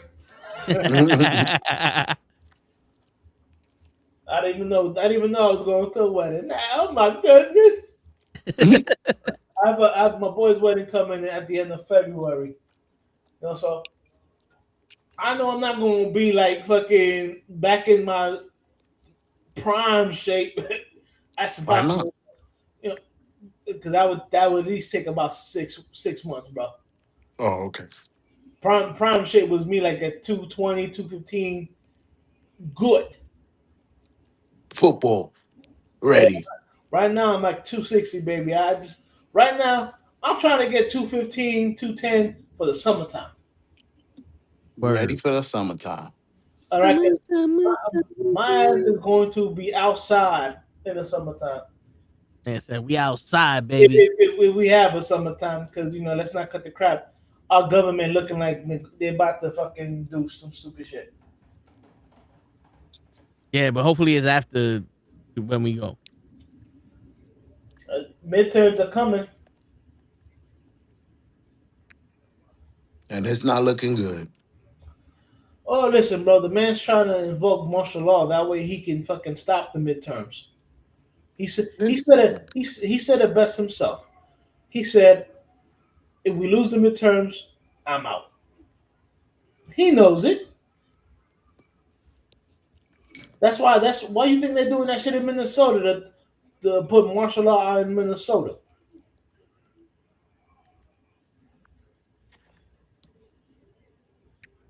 Shit. I just laugh how 4,500 fucking of these agents got fucking exposed, and now they're running for the hills. Somebody hacked him? Yeah, dude. Somebody dropped a list of 4,500 agent. It's called ICE list or whatever.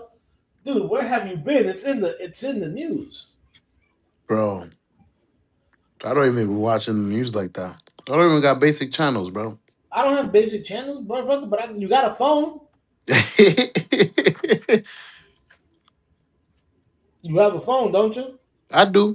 It hasn't come up on my feed. I'm surprised. Bro, it's been all over the news, bro. They all over the news on Instagram, on YouTube. Yeah, they drop names.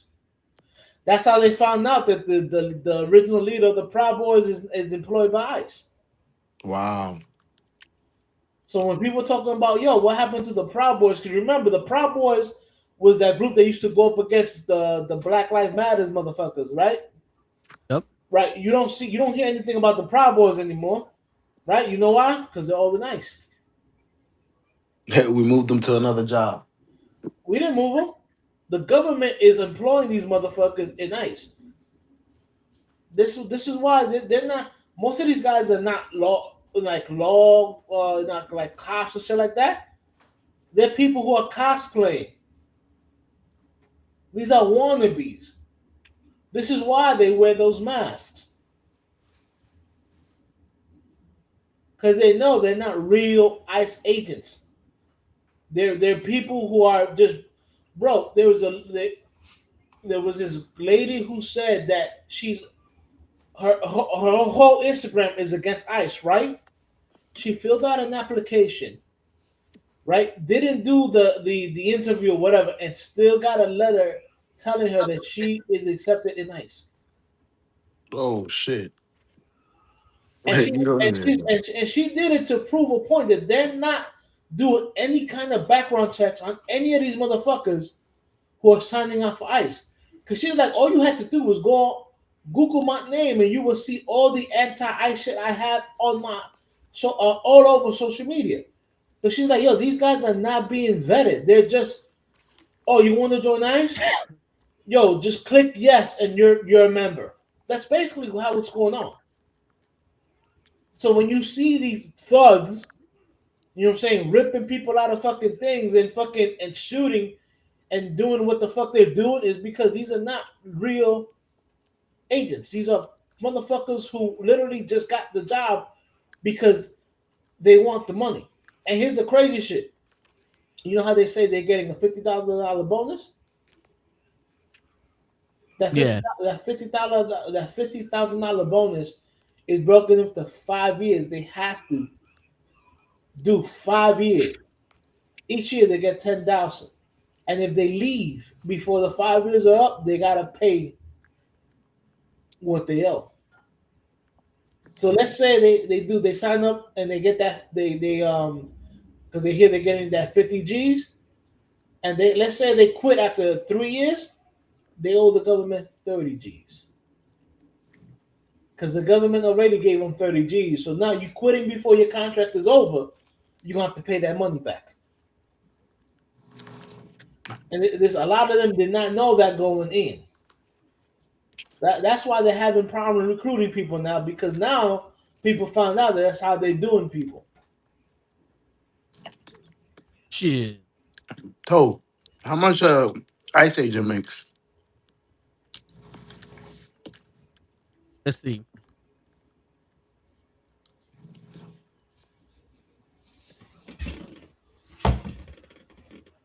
Oh shit, you could tell Toe got two screens. Look, he went to the second. They got money over there. Entry level position starting around $48,000 to $63,000 a year, and experienced agents reaching well over $100,000 a year. Damn. Right. So if you sign up now, when you sign up, you're signing up for 5 years in the minimum. So that $50,000 bonus is gonna quote unquote help you pay for school or whatever. You get 10 G's a year, and if you quit, let's say 4 years in, that means you got to pay back the 40 G's you got. At 40,000 G. So, and it's funny because somebody's like, yo, that is a scam. And somebody told them straight out, I said, what do you expect from a con man?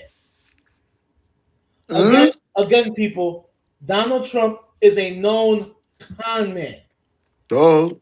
So all you people over here talking about, oh, I voted for him because of this. You got con, you dumb motherfuckers. He's a con man. The only thing he cares about is filling his pockets. That's why he sold you guys gold sneakers, sold you guys Bibles with his name on it. And y'all idiots who can't afford groceries but were buying golden sneakers for thousands of dollars, buying the Bible for thousands of dollars. Meanwhile, one of the 10 commandments is thou shalt not follow, statues and shit like that. And you're basically following statues and shit like that because that's what it is. His Trump sneakers, Trump's Bible. Motherfuckers claim to be Christians and don't even know how to follow the 10 commandments. You dumb motherfuckers. The You man fool. lies. The thou shall not lie is a commandment. The You man fool. he's cheated on all his wives. Thou shalt not cheat. Another broken commandment. And you motherfuckers think that this guy, who's a known con man, known grifter, and he talks about how he's a Christian, that man don't know even one verse of the fucking Bible. I bet you if you ask him, he don't even know the fucking how to say Hail Mary or Our Father. I guarantee if you ask him to make the sign of the cross, he won't be even. I know he doesn't even know how to do that. But Because his hands is fucked up. That's the guy. That's the guy. 30%, 31% of America voted for, and a lot of them in these red states who are now about to get fucked over because they have no insurance now.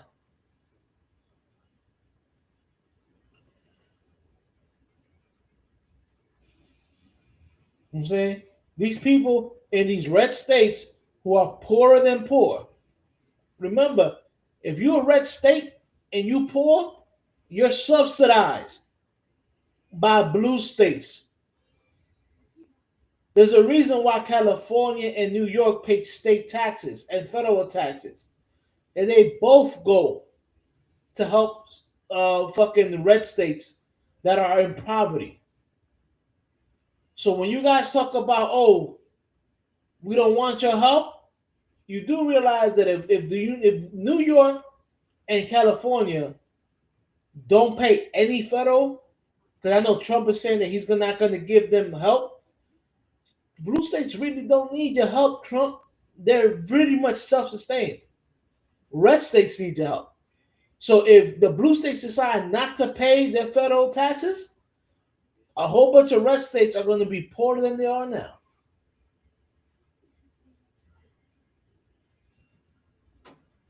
But not sure. You see how he eating in front of y'all. Word. This motherfucker eating good in front of y'all. Word. Wake my ass up. That's some bullshit, bro. How you gonna eat in front of people, bro? And then the funny thing is that the minute he finished, How you gonna eat in Nah, I'm front gonna of stay people? right here. How you gonna eat in front of people and you still already them cheeseburgers? It's on the grill. for 5 years. I That gotta shit make sure it's well disintegrated. done. My man cremated his cheeseburger. Shit. You said well done. Ray, if you're hearing Ray, your shit has been on the grill for 5 years now. Word. It's almost ready. That's no longer a burger. That's another coal. Yo, that's what you call low and slow, Hutch. Low and slow. He gonna be able to tear that shit off the bone. Tendernism. Phew. My man gonna take a bite and all his teeth gonna fall out. Like them cartoons. Man, they don't make those cartoons like they did back in the day no more. It used to be hilarious. I'll gladly pay you Tuesday for a hamburger today. It was like, I'll gladly give you a hamburger in 5 years if you pay me today. You gotta keep them coming back. Word. Pay me today and I'll give it to you next year. Mm-hmm. Oh shit. Shit, man. Yeah, man. This is crazy the way the world is right now, man. I wish we can go back to better times. And you know what the thing is? It's not like that we don't have benefits now. Like the world has gotten better. Being able to walk the street with not as much danger as we used to have, you know, and you know, being able to do things, it's gotten a little bit, you know, better, but it was simpler back in the day. You know, that's a problem when you have too much stuff, life becomes complicated. When you don't have a lot, you make do with what you got, and life becomes simple. That's why a lot of people was like, "Yo, I know people that make millions of dollars that are miserable, and then people that barely survive and they're happy." It's because sometimes you don't know what you don't know what to do with all the shit you got. You know what it is? I tell people, I say, I flip flop back and forth because I'll tell people straight out. You know, don't tell me I won't be happy with some money because I know I'm gonna be happy with some money. I don't know, Hutch. We're gonna have to figure that one out together. But like I tell people, I'm not talking about. Like I know people go to the extremes. I'm not talking about. I don't need to be Bill Gates rich. You know what I'm saying? I don't need to be Elon Musk rich because those people, all they have is money. Yeah. That's all they have. All they have is money. You know what I'm saying? I'm like, yo, I wouldn't mind it where I live comfortable. Like all my bills can get paid and I still got money to take a trip whenever the fuck I want. And I don't owe anybody money. That's what I mean when I said I would love to have some money. No, I hear you. You know, people think when you say, "Oh, I'd rather have money," they thinking that you want to live like a billionaire or a millionaire. Yeah, that shit is fun to a certain point, but because see what people don't tell you is when you have all that money, you're constantly looking over your back to see who want your money. Yeah. You know what I'm saying? You're constantly asking, yo, does that person like me for me? Or just like me because I got money or what I can do for them? You know what I'm saying? See, I have a very different opinion, man. If I got money and I give it to you, I'm not expecting that money back. Let me hold $20,000. If I had $20,000 and you came to me and you said, yo, Hoach, I need 20 G's to get this fucking shit started, and I had it and it wouldn't hurt my pockets, That's the big. I'd be like, yo, I got you, Clint. I hear you. Shit. But am I gonna say, yo, Toe, I expect that money back in 5 years? No. Because see, that's the thing. A lot of people got money and they give money, they expect that money back. Yeah. That was one of the things my pops taught me. Is like, if you're gonna lend people money, make sure that you could do without it. Exactly. You know, because more than likely the reason why they need money is because they don't have it. So what makes you think they're gonna give it back to you? You know, but there've been times where, you know, you give somebody something and then out of nowhere it's like, yo, here, I owed you this, and you be like, yo, when the fuck you owe me this? You know, it's been so long, but then they don't forget. You know what I'm saying? Right. And that right there, that's good people. Yeah. That's good people come back and be like, yo, you lent me this money 4 years ago and I wasn't able to get it back until today. Here you go. And that's when you go, oh shit, I wasn't even expecting this. Good looking player. And you go throw that shit at the bank. Word. Look, I'll be truthful. A lot of people who say that money can't buy you love are lying to you. Because money can buy you love. Is it gonna buy you love from another person? Nope. But that money can help out loved ones that you love. So yeah, money can buy you love. Well, that's the thing though. Money can buy you love until it runs out. And because the people like those girls that you're talking about is like, yeah, they love the money and they love the lifestyle. Oh yeah, no, but I'm not talking about those. I know what you're talking about. Yeah, like the family and shit. Yeah. They definitely help out people you love. Right, exactly. If I can put somebody I love in a better situation than they are now, hell yeah. Yo, and I tell you one thing that people don't grasp with that shit. Also, it's like I've had money, and then I've been check to check where literally the day before I got paid, I was in the negative for months, and that's so fucking stressful. That is really fucking stressful. Right. To be able to be like, you know what, I got my bills paid. and I got money that I don't have to worry about how I'm gonna eat or how I'm gonna make it through the week, that's also good. Absolutely. You know what I'm saying? Because ain't nothing better than being able to go, all right, what do I want? And then boom, here you go. And I have to go, shit, I only got $5. Let me get this. And then I'll split it up into 2 days and then I'll do that. And then you do that. And then it's like, fuck, this wasn't as much as I thought it was going to be. And then you have to sacrifice what you want to do with this shit. Bro, you know how good it is to be like, yeah, all my bills are paid, whatever. Yo, let me go buy me a pair of sneakers. Not because you need to, because you want to. Yeah. And you buy that pair of sneakers, and it's not going to like kill your pockets. Yeah. Shit. It's funny because I did that because the sneakers was on sale. But I did that and I still haven't taken them out the box yet. Like I looked at them, but I haven't taken them out the box. It was just like, hey, fuck it, this is for me. You know what I'm saying? But I mean, yeah, man. listen, you go out there and you get you get yourself a nice little sensual massage. Yeah, you know? Shit. Hey, I'm happy. Word. Shit, I fucking there were times you can ask show that I was like broke. And right. I was looking at the Chinese menu and I dead ass bought a large order of pork fried rice. It was like $8-9. And I broke it up into four plates and I left it at work. And that's how I ate lunch all week. Right. And people, I remember my supervisor at the time was like, "You still eating that damn rice?" I said, "Yep." My man had a ration shit. Yeah.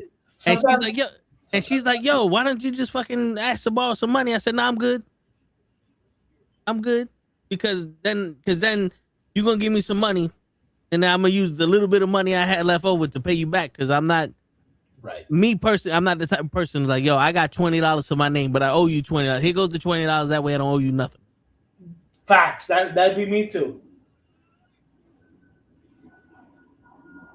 Shit, because I want to get paid all my debts first, and then do what I gotta do.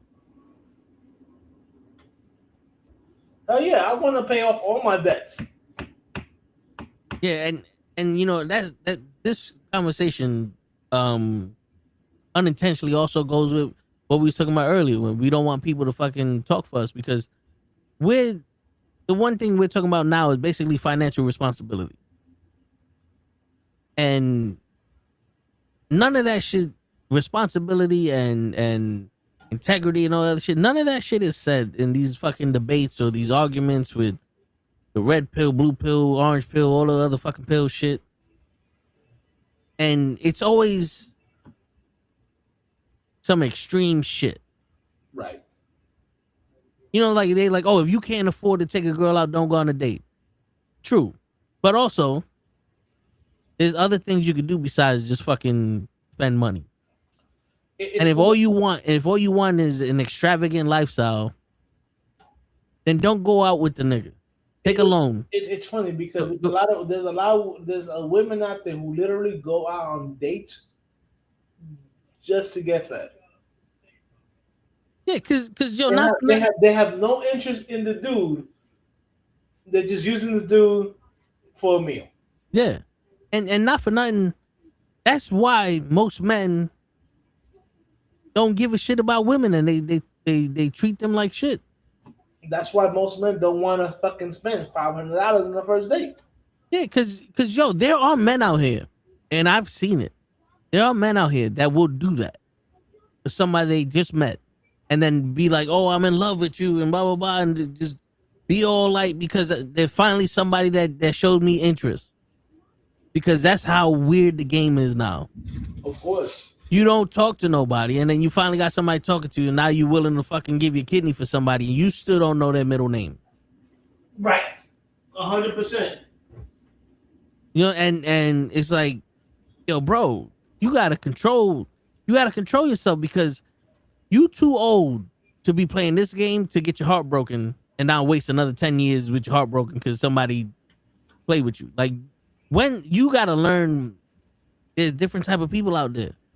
Like I was telling this story, Hutch.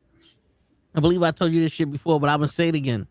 I used to take my pops. We used to go to the Pioneer. It was a supermarket on an old block. I know Pioneer. Yeah. We used to go there because that was the only place that had chopped cheese. That had the chopped ham. And I used to go in there, get the chopped ham, get like 2 or 3 for my pops, because that was what he liked to snack on. And there was the girl at the register. I always went on her line. And there was always somebody hollering at her. So I would, pay for my stuff. I would say hi, bye, whatever, smile, whatever. And then there was like one time nobody was hollering at her. So I brought up a little conversation. We said like 2, 3 words together, whatever. Right. Next time I went there, I asked for her number. She gave me her number. I text her, and we're talking for a little while. I'm like, "Yo, you free this weekend?" She's like, "Yeah, but you got to buy me a dress." What? And I turned around. I was like, I'm not free this weekend no more," and I deleted her number. You gotta buy me a dress? Yeah. What the fuck? And as bad as she was, Hutch, like she was bad where I went through the scenario. What if I do this? But then it was like, yo, but I'm going into this already on a sour note. You're already going in on the loss. Yeah. What do you mean I gotta buy you a dress? Because this is the con. I get you a dress. Like T-Pain, I buy you a drink? Yeah, I get you a dress, and now all of a sudden you sick or you ghost me, and now you got a dress, and I ain't even get nothing. Cause that's what these motherfuckers, people do that. Not only females, people do that. But you have people now that are so ignorant to the game that they'll do it. And wow, I ain't never heard that one. Yeah, man. Yeah, I've been with a chick that wanted to have sex so much, and this was when I was younger. I was like 19 years old.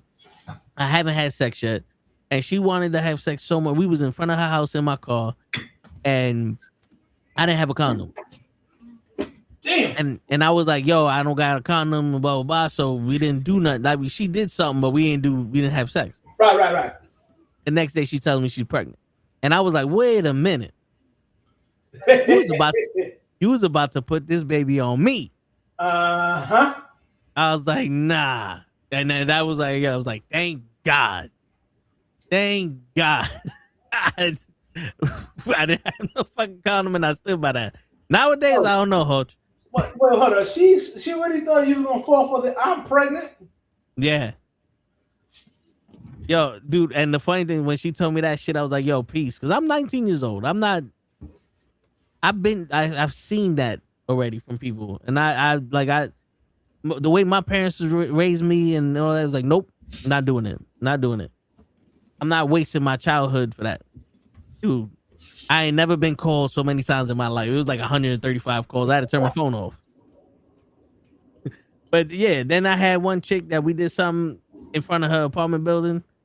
And the next day she's like, yo, let me borrow $500. I'm like, when the fuck I became your father? When the fuck did I became your pimp? Yeah, you know what I'm saying? Like, and one of my friends asked me, she's like, yo, if you would have fucked her, would you have gave her money? I said, no. That wasn't the terms of the agreement. I wasn't aware that now I gotta be your fucking financial backup. Yeah. Like, what the fuck? First off, what do you need $500 for? Second off, why the fuck you asking me? I don't know you. That's wild. Word. And that's why now I don't. It's very hard for me to believe people, Hodge. Like I have plenty of people, I have plenty of females tell me how they feel about me, and I'm like, all right, whatever. You know what I'm saying? It's very hard for me to believe it.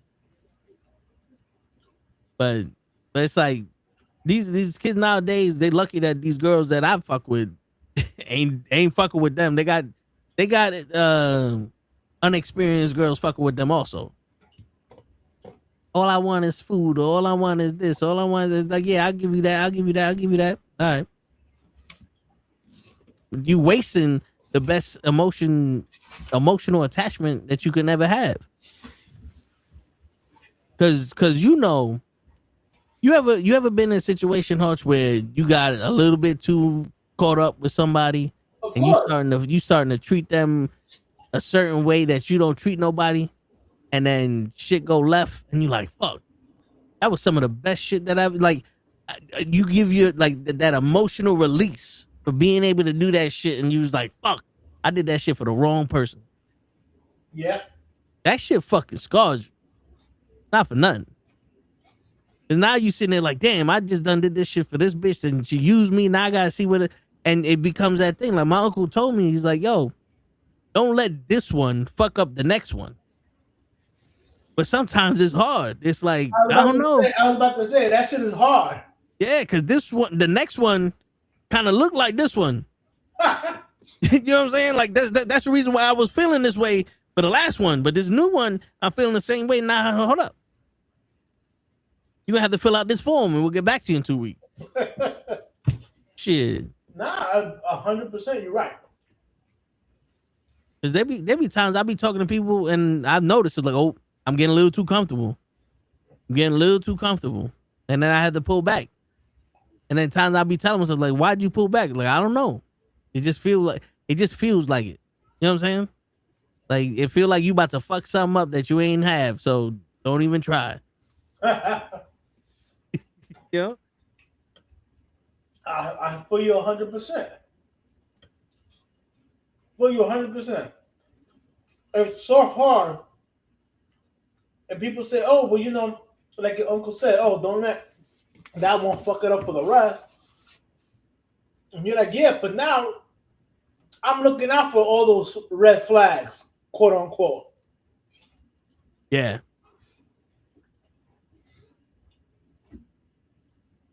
Now the bitch done woke the dragon. You know, like the situation I had. I don't know if I told you this story. Maybe I did. I don't remember. About the my boy's girl's sister, the Cuban chick. I think I might have told you this story. Probably. I called her. We had yeah. We had that first phone call. Yep. Shit was good. Dude, we spoke for over an hour as I walked home. I walked from 170th Street all the way to 148th Street. You know what I'm saying? Yeah. And then the next phone call, you don't pick me up. The next phone call, you don't pick me up. You don't call me back. All of a sudden, months are down the road, and I do mean months down the road, I see you at the party, and the only reason you came to the party was to see me. And no one knew that? But you didn't tell me that? Like what? You ain't called me. You ain't called me back. So why should I? Word. So at that point, I'm like, and it's funny because my sister says, yo, you are the master of cutting people off. And I'm like, hell yeah. You're not fucking with my piece. Yeah. I learned a long time ago, not to let people fuck with your piece, bro. And we know what effort looks like. It's not hard to determine what effort looks like from somebody. You playing this game. I'm not here to play games. You want something? I'm here. You want to play games? Go that way. Because if she really gave a shit or she really was into you, she would have. If she didn't pick up, she would have hit you up like, yo, I'm sorry, I was busy, yada, yada, yada. Facts. I'm not here to play games, bro. Hutch, I haven't told this story to nothing. I was like 17, 18 years old. I just started working at Toyota, summertime and shit like that. And, you meet people online. This was when online dating was a thing. Oh, shit. So I met... So I met this girl who lived like an hour away upstate. All right. And I didn't meet her in person, but I met her online. We I started. know what you mean. Yeah. We started talking, and she was like, "Oh, she's a nurse or whatever." So she works during the day, and she whatever. So we would be on the phone, like I would hear her voice. So she was a girl. And we'd be on the phone for hours, like hours, bro. And then she said one time, this was like 2-3 weeks into the fucking whatever the fuck we was doing, and she was like, "Oh, she got attacked at work because she was a nurse, and she got her head bashed into the wall, so she lost her short-term memory. So for a few days, like 2-3 weeks, I would talk to her, and she would forget that we was talking for so long that she would start the conversation again. And times I would just have to just hang up. I'm like, all right, I don't know. But me being the dumb kid that I was going with it. Cause I was like, maybe this suspect. I'm sorry. is no. It was like maybe it's. I was like maybe it's something. Then supposedly a cousin or somebody hits me up from that number saying that this bitch died. I'm like, what? So at this point, I'm like, this bullshit. So then she died? Yeah, that she died. That girl we was talking to died. And I'm talking to her, I'm like, hold up, this gotta be some kind of bullshit. I'm thinking maybe she's trying to catfish me with the pictures that she sent me. And now she's trying to be this new person. So we spoke for a little while, and then she's telling me her ex was doing shit to her and blah blah blah. And I'm like, there's people out here that do this extravagant shit. Like, I'm like in the middle of it. Like, don't get me wrong, Hoach. If I was a little bit more stupid than I was, I would have been in some shit. You would have fallen for it. Yeah, because I wasn't as stupid as people thought I was, but I was still like, fuck it, I got nothing better to do. You know what I'm saying? So it was a lot of shit. Like, I realized, like, yo, when I went through a lot of shit with a lot of fucking fake people. And now when people tell me shit, I'm like cold-blooded. Like, I don't, when people like, oh, I love you and this and that, I'm like, all right, cool, we'll see. And then when I say it back, it's like, oh no, I do, but don't get it twisted. That's my favorite shit. Because I say, yeah, no problem, we'll see a lot of time. Yeah. And and some people, like, I feel like you might genuinely for the moment love me, who I am, for the moment, right here, right now.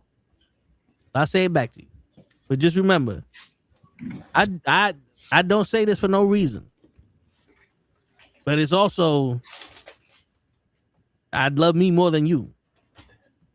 I love my peace more than you too. Yeah, you know what I'm saying? So it's like whenever when you decide that all of a sudden you found something better, because you know how these girls are, and you disappeared, ain't gonna be no skin on my back. Like, it ain't gonna be no issue for me. It's like, yep, you just another one of them.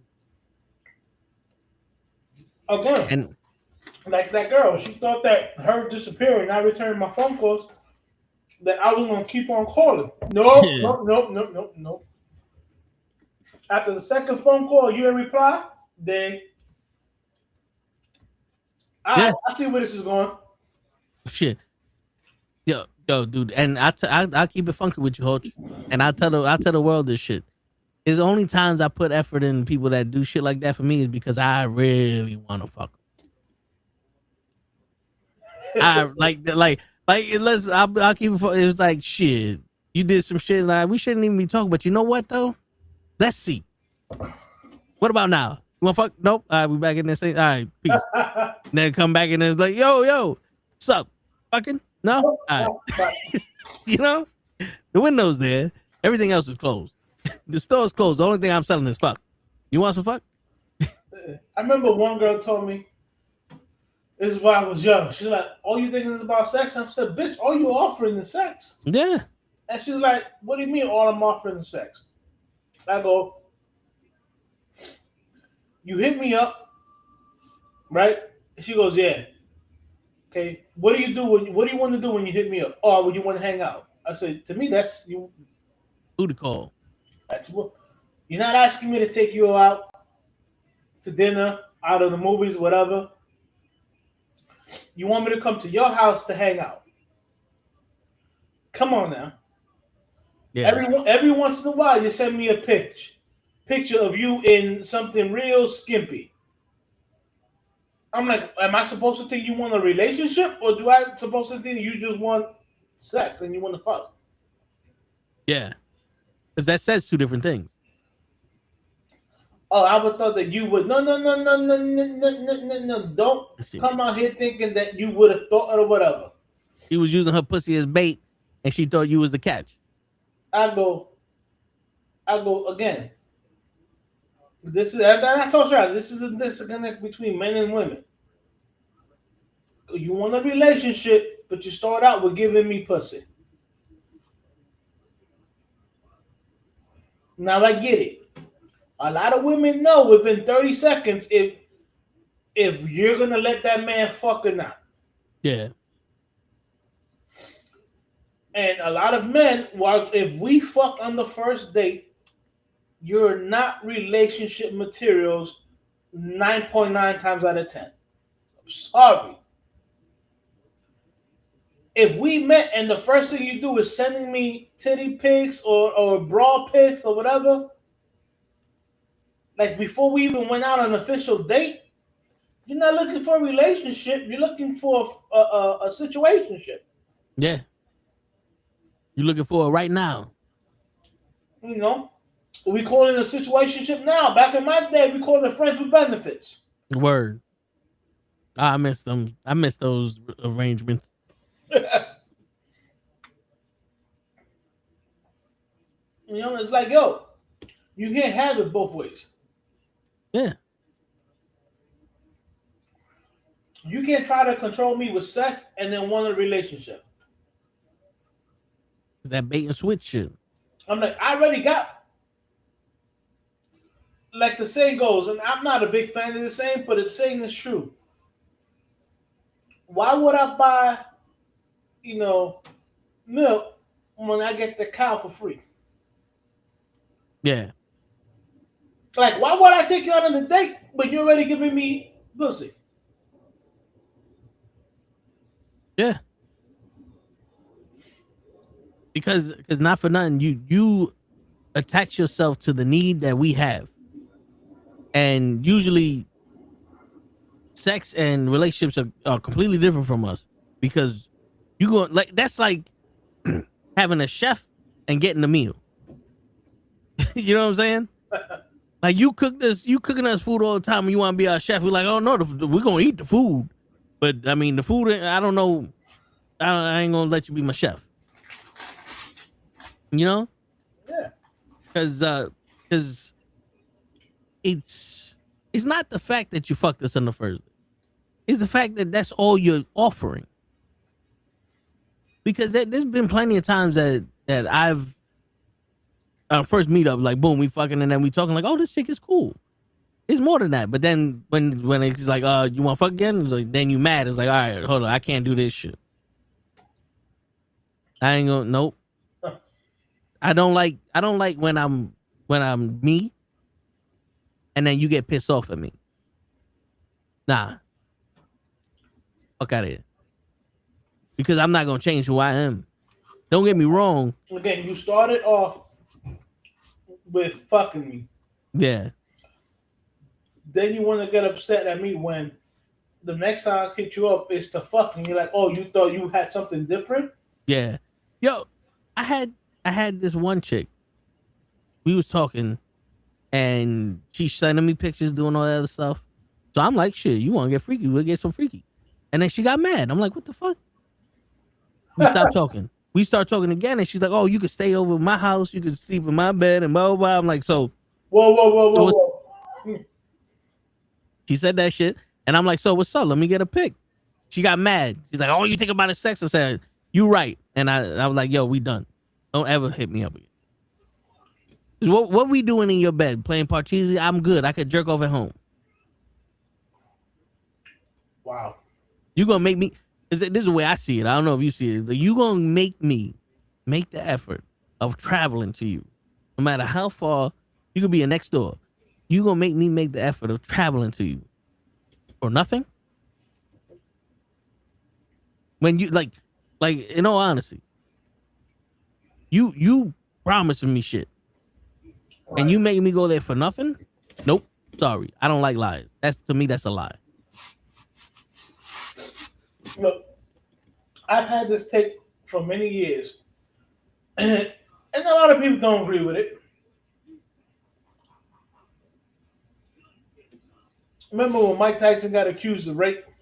Yeah. And the girl was like, "Oh, I went to his the hotel. Babe, you went to his hotel at 3 o'clock in the morning. Or 2 o'clock in the morning. This is the heavyweight boxing champion." Yeah. What do you, and like you said, like when you said the Parcheesi part, because I've always said that, what do you think you're going to go up there and play? Parcheesi? Like, don't get me wrong. You always have the chance to change your mind, but know what the fuck you was doing. Like, I'm sorry. I don't, and this is sucks. I know this is the wrong mentality to have, but it's like, how can I believe that you were actually raped? You go into a grown man's hotel room who's a known celebrity, you know what I'm saying? Yeah. Who can get ass whenever the fuck he want at 3 o'clock in the morning. There was no screaming from the room. Like if there was commotion in the room or whatever, but there was none of that. You leave the hotel room, and then the next day or a week later, you want to say the man raped you. I don't. There's no logic in that. I'm sorry.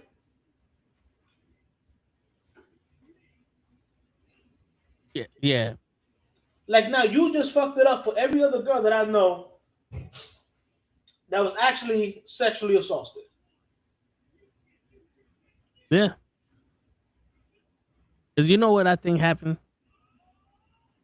Listen, I can't speak on what happened in that situation. In most situations, theoretically, what I think happened was she went there expecting that this is going to set me good and now I'm going to be in. And my man said, nah, it was just some pussy. Yeah. And then the retaliation. Because, not for nothing, a lot of y'all girls are vindictive. You know what I'm saying? Like, y'all do some shit to a nigga. Yeah, y'all do some dirt shit like that. And I mind you, and this is why I said it's fucked up. Because I mind you, this happened when Mike was like 20 something. I was also a young man. I'm also a young man, and I'm like, wait a minute. Why would you go to his hotel room at 3 o'clock, 2 o'clock, 3 o'clock in the morning? Yeah. Like, granted, you shouldn't blame the person, but it's like you put yourself in that situation. It's not like he grabbed you by your hair and forced you into the hotel room. You went there willingly. And like Toe said, you probably thought that by you going there and being with him might set you up. Like he might claim you. You know what I'm saying? Yeah. And granted, it don't help that his ex-wife or wife at the time, Robin Gibbons, said that he used to hit her. That don't help him. No. But it was a known fact. So why would you go alone to a man who, quote unquote, has a history of abusing women? Like, make it make sense. Yeah. You know what I'm saying? And now, and because of shit like that, now you get a girl who was actually dragged into a bathroom and assaulted. And now we got to question if she didn't put herself in that situation. And it's fucked up to even have to think like that. Yeah. But now you got people thinking like that. Yeah, because once you use that shit like a weapon, it fucks it up for everybody.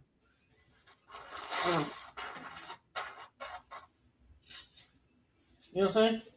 Yeah, because If you tell me you go into that room and hotel people and have to break down the door because they hear you screaming. You know what I'm saying? Yeah. But there was from what I remember, like the hotel was like, yeah, no, we didn't we didn't know even what was going on.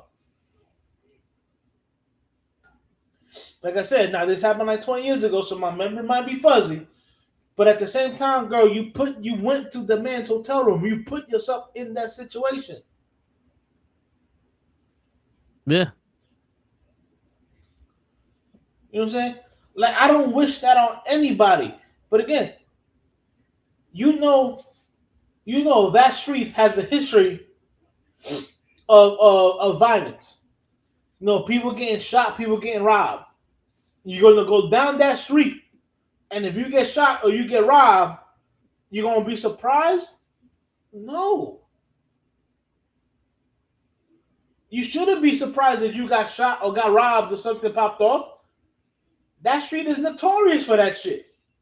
Yeah. Yeah. Sometimes you got to know where you're going. Sometimes you gotta make sure don't put yourself in that situation. Yeah.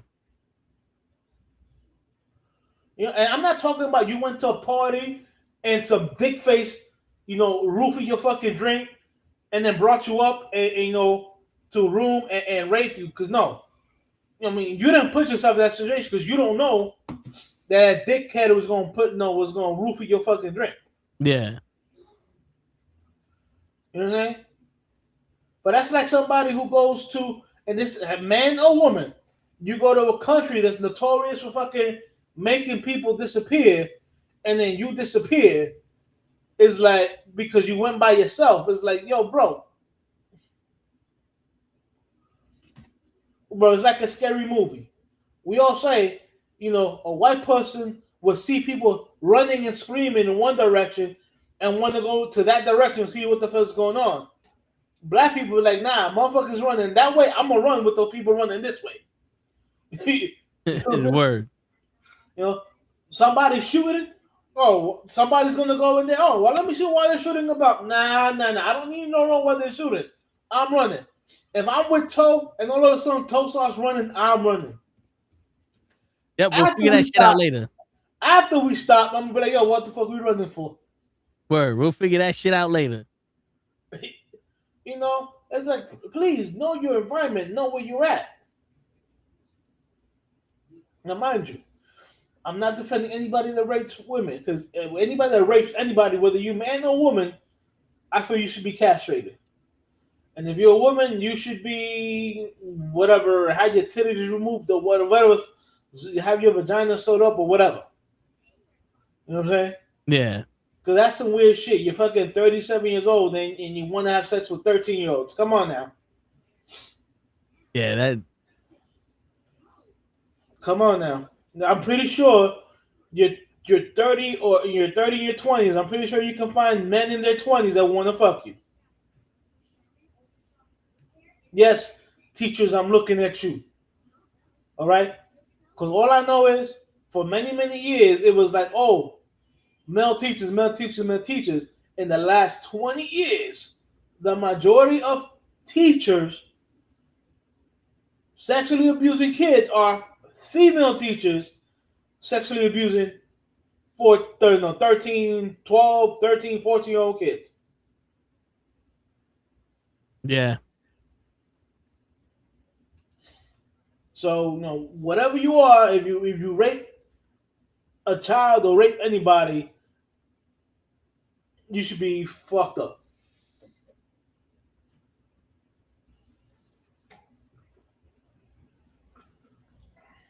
I hear you, bro. I mean, yeah, that you should definitely have your dick cut off.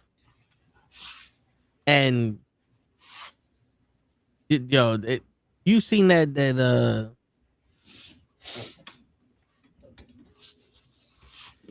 Subway Jared shit? Subway carrot? What? The Jared documentary they had. That Subway, yeah, Jared. Yeah. Where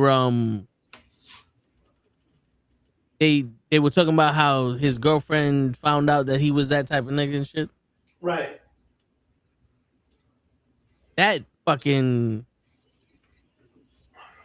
that's some scary shit. Because my man was going to Thailand and doing shit with kids, and the FBI was like, "Oh well, we need more evidence," and they were gonna send the girl to jail because he was recording her without. Yeah, she was recording him without consent. Yeah.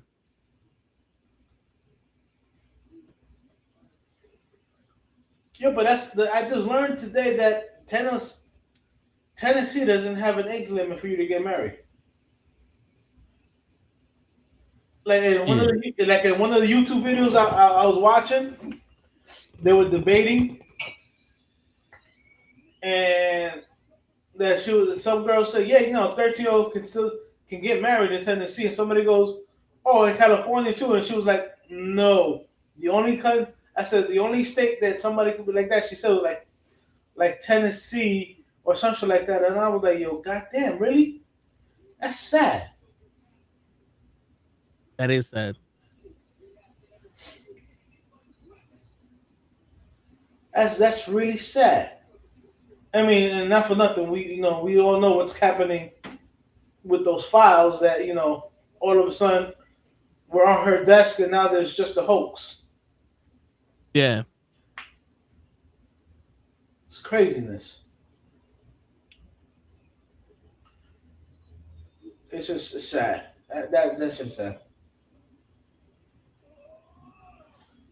Ooh, excuse me. But let's change the tone. Yeah. It's too much sadness for my. You're going to DR. When you going to DR? The 4th of February. Well, that's quick turnaround. Yeah, well, yeah. So I knew about this since October, because my cousin's getting married. So, the crazy shit is that I bought the tickets. Yeah, I bought I went to get the all inclusive resort shit, right? And it was like $2,700, and the woman took like 2-3 weeks to get back to me. And my cousin's like, "Yeah, she takes forever to get back to you." And then she goes, "Yo, the hotel is booked. We don't have a room." Now I already got my flight and everything. So I fucking Wait, did she try to have you book it through a travel agent?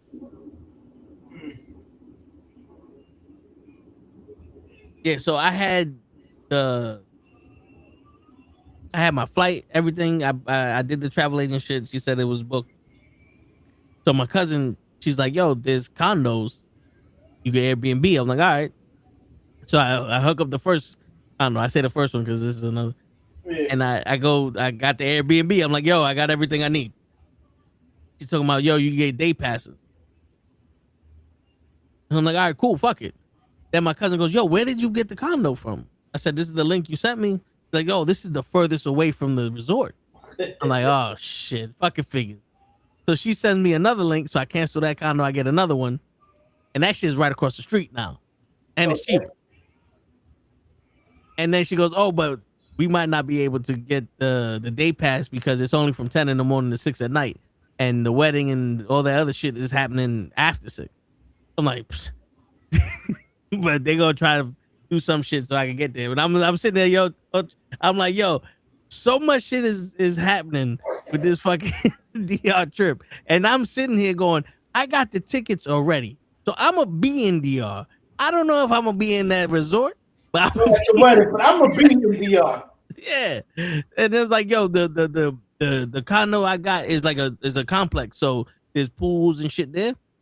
So I might, if let's say I'm pretty sure it's not gonna happen. But let's say I can't get in the resort or whatever the fuck case may be. I'm gonna be in the pool. I'm be the only one on vacation to see my cousin get married, and I can't see her get married, so I got a vacation from a vacation. Buy some binoculars. Right? Shit. No, But but not yet. if you're gonna be like that, you probably won't be alone, kiddo. Well, where's the resort? Punta It's Cana, the Hard Rock. the Hard Rock in Punta Cana. Yeah. Yeah, I don't. Yeah, you would have been better off just going through directly to like JetBlue or one of these places. Well, you know what it was? There's a Indian wedding that's happening the same week, Right. so they sold out the hotel because apparently there's other people that's part of the wedding that wasn't able to get rooms either. Because the next week, the week after, everything is free. You know, like everything's available. Gotcha. Shit, I'm over here. I'm trying to be fly on a budget, Hutch. You know what I'm saying? So I got this shit for DR. You know what I'm saying? I got these bad boys right here. Yes, you know what I'm saying?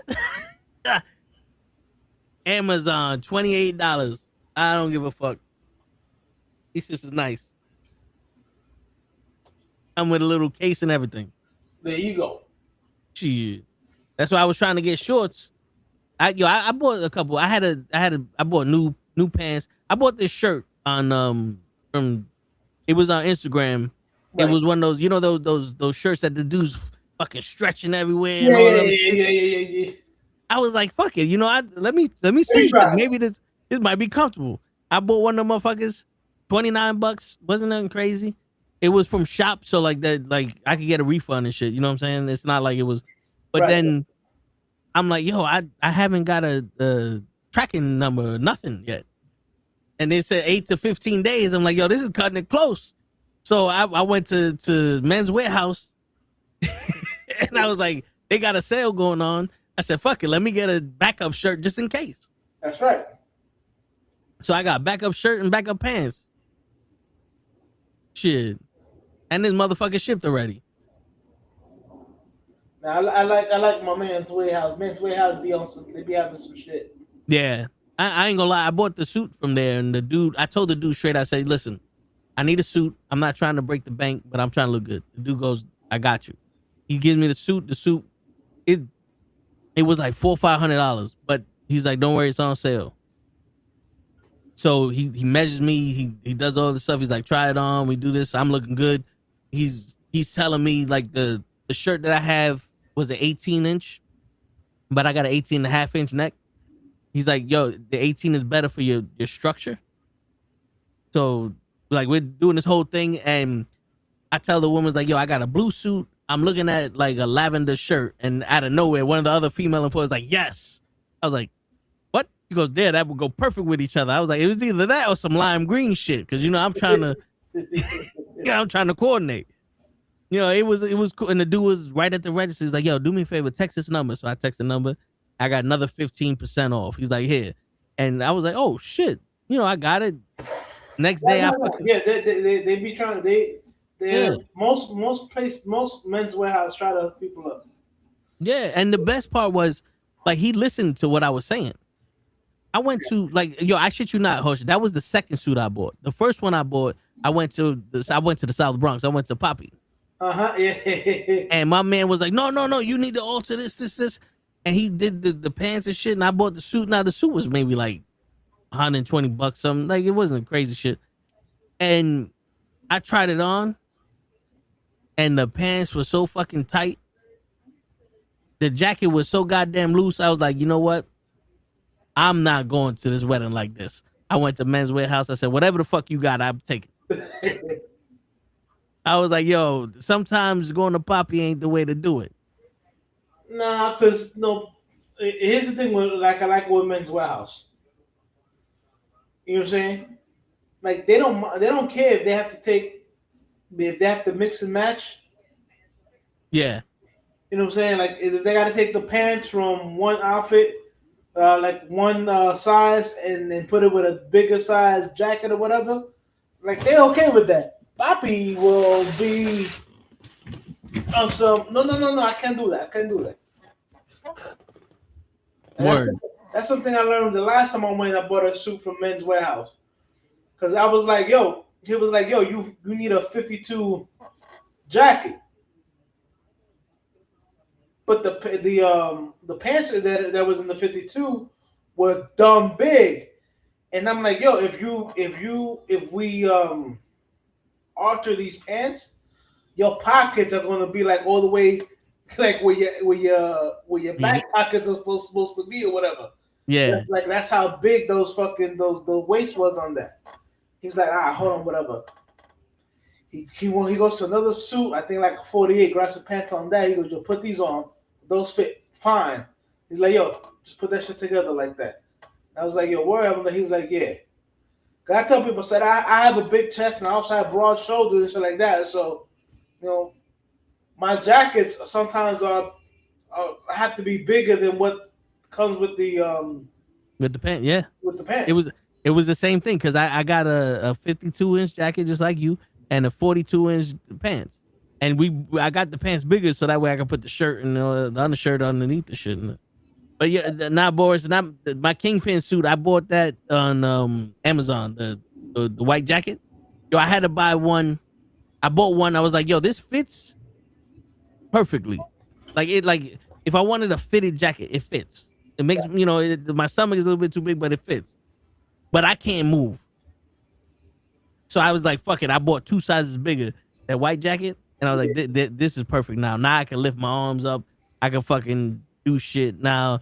Cause I'm the type of person like, yo, it got to be function over fit for me.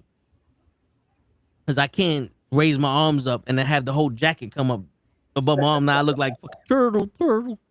The fucking master of disguise and shit. But yeah, I feel you. So I bought a lime green stretch shirt. It's like mint green to go with my blue pants. And then I put on the blue pants and like, oh shit, these shits got shorter for some reason. So I bought charcoal gray pants and baby blue shirt. So that way, if both shirts come in, now I got options. There you go. You know what I'm saying? Because I also got black sneakers that I got from Poppy, black shoes I got from Poppy, which I put them on. They were comfortable. I never wore them though, because I also got brown shoes that I got from JCPenney. I had to go all the way to fucking Queens to get them shits. It was like a time crunch. What store has them? I went to the store, I got them, which they're a little tight now. I'm gonna try the black ones, but I got black and brown pants and black and brown shoes, so I can put whatever one I want for this wedding. There you go. I'm trying, Hutch. I'm trying. Shit. You know what it was like? When I was younger, my mom like, yo, just put a polo on, you be all right, or the dress pants. Be comfortable. Be comfortable. Be comfortable. Now I'm like, yo, I'm comfortable and shit, but sometimes I want to look proper. You want to look flashy. Yeah, you know what I'm saying? Like I want to be a grown man and shit. Like I wore to the Christmas party. Right. I wore the same shit that I wore to work all the time because that shit didn't fit me properly. So I had the Ric Flair shirt, the one that he wore in WCW underneath the blazer. Right. I had one of those with some gray chinos, and then I had the brown boots, the Chelsea boots.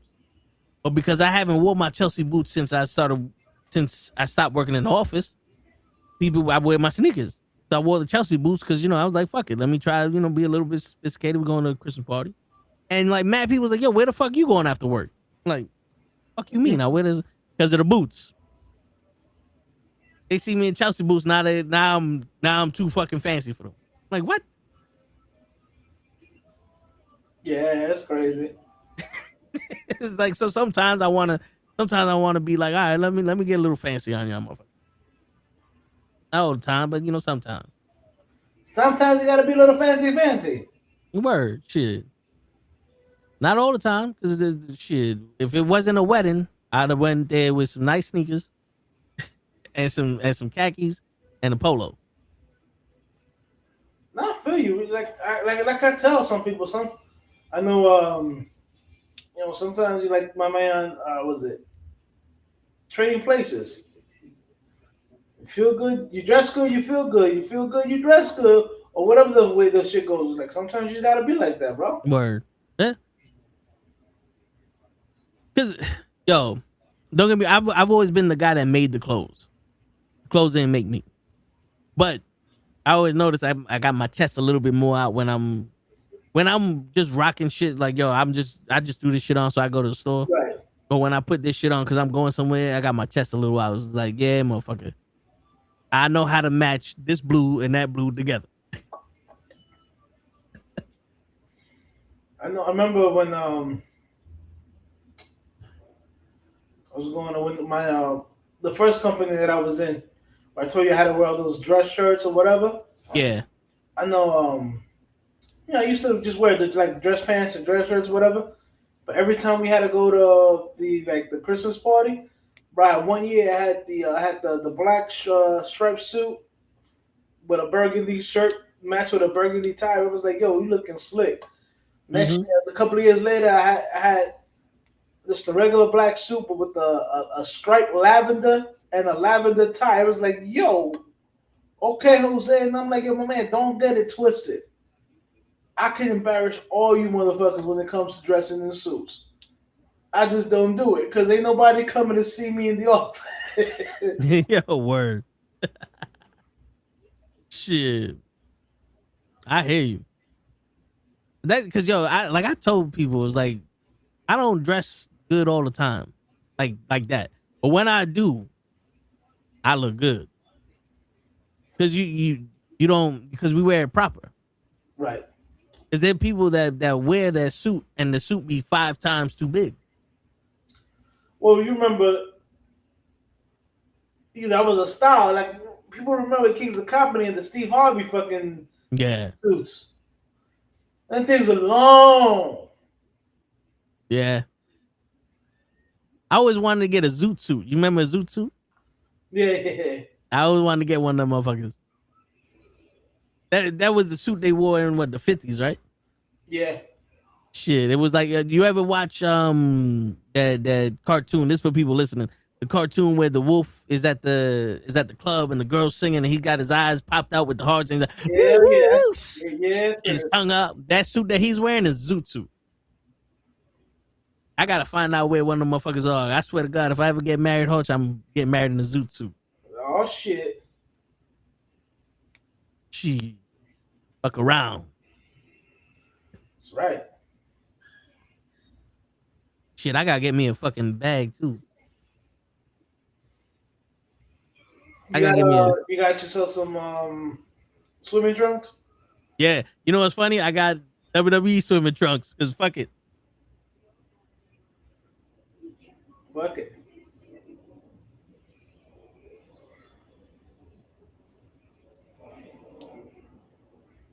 I don't know why my snail keep fucking flipping over. Look, I got these motherfuckers that they were on sale. I The love it. old school WWE shit. I love it. I got that shit, and then I got some simple shit that has can't see, but it has the logo on the leg, the old school fucking '90s logo. Oh shit, the WWF. Yeah, cause yo, the swimsuits is like $50 something. I got this motherfucker for 21. Wow. Oh shit, nice. And yo, and not for nothing, they're little. They 5-inch seam. Usually, I be the shorts I gotta wear be like 8-10 inch seams, so they be long on me. I put these motherfuckers on. You see my hamstrings and my thighs and shit. I'm like, yo, Hutch, if I was a younger man, my shit's old. My man said these are above my knee. Yeah, cause yo, dude, I have the lump. You know, my legs are defined. And I know you know what I'm talking about. So when I show my legs, like, yeah, them shits look good. This is the rest of my shit. I gotta.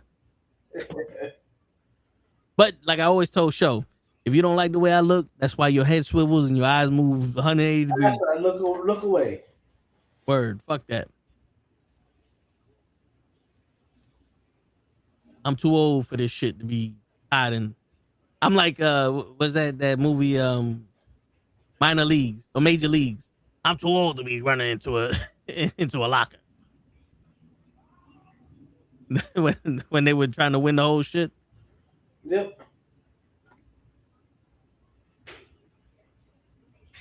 Let's see, I'm trying to remember that.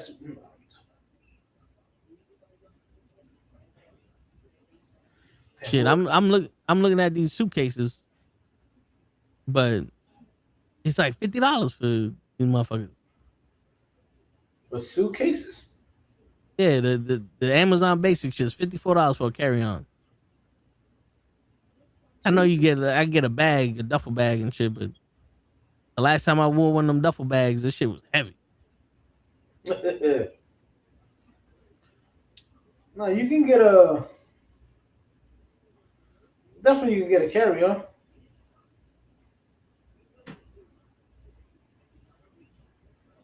Yeah, they got one. They got cheap ones for like $27.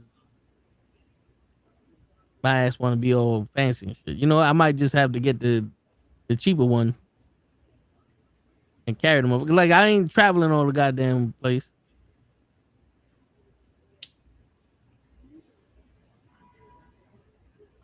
I hear you. I might even still have the bag that I had when I went to where I was going. I just heard what the fuck I was saying. That's like, I might still have the bag that I went to Florida with last time. So I just might use that shit. There you go. Fuck it. But yeah, man, I was talking to my boy about like wearing my chain and shit. Nah. Yeah, because my thing is like, yo, we in a different country. You know, it's like it's not like we in a different state. We in a different country. Like motherfuckers see me with this shit on, like, oh, he got money. Like, nah, I ain't got that much money. I spent all my money coming here. And Trump don't like niggas like me, so you can't kidnap me neither.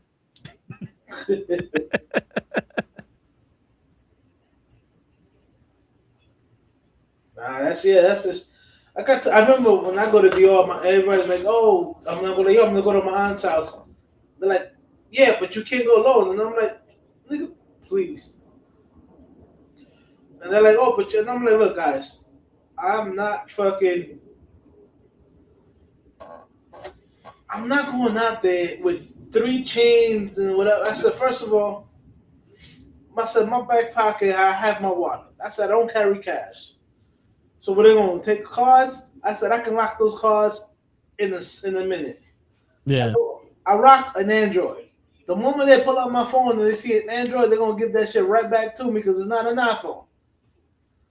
I go, but they don't remember that a Samsung is just as expensive as an iPhone. Yeah. But because they see Android, they don't see iPhone. Oh no, we don't want this shit. All right, cool. Nah, hey, yeah. Shit. But that's why I was like, yo, last thing I need is somebody like, yo, run your chain. Well, I guess we ain't coming back. You feel me? I remember I was talking to this one dude at my job. It was the same. Did I ever tell you about the dude that asked me if I saw 2 gay guys walking down the street, what would I do? I remember I told you that story. No, you didn't. Yeah, he was one of those. He was like old dude. He's like, yo, if you saw 2 gay guys holding hands walking down the street, what would you do? I said, are they bothering me? He goes, nah. I said, nothing. You like that shit? I was like, what I gotta like?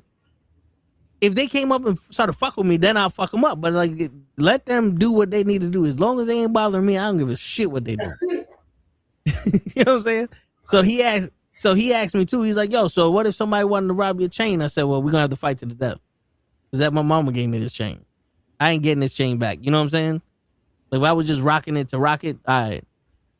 But this mean more to me than most people's lives. So we gonna somebody's not going home. In other words, I'm ready to kill. Yeah. You know what I'm saying? So that's why I'm like, I don't know if I should bring it or not. Like I can always hold it in my shirt and no one see it, but still. You know? I wouldn't. But that's just me. Yeah. Like my boy was like, yo, you know, you from the Bronx, so you should be able to know when somebody is like, yeah, but still, man, we in another country. Like, I don't know the rules there. Well, here's the thing. You're going to be, if you get access to the hotel, you know what I'm saying? Yeah. You're going to be there, and then here's the thing. Besides the hotel, are they planning on doing any other things while they're over there? Outside of the hotel? Yeah. No, but I think they plan on going to the club though. That's in the hotel. That's open to the public. Yeah. So you'll be all right with that then. Yeah, I don't. If you telling me, oh, we gonna go out to the club, I'd be like, yeah, nigga, don't wear that shit. Yeah.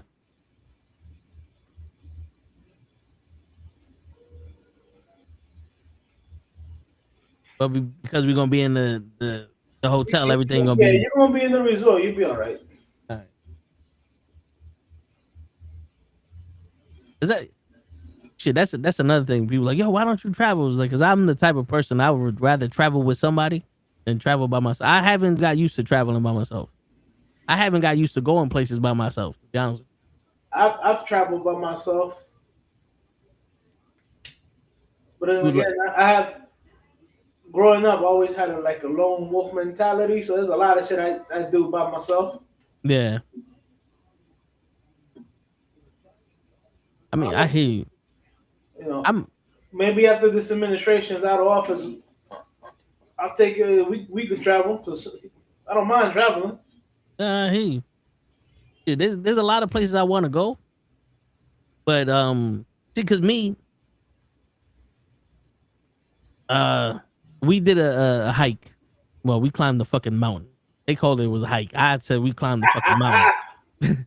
But we on the top of this fucking mountain looking at the rest of the scapes. I think it was in New Hampshire or some shit.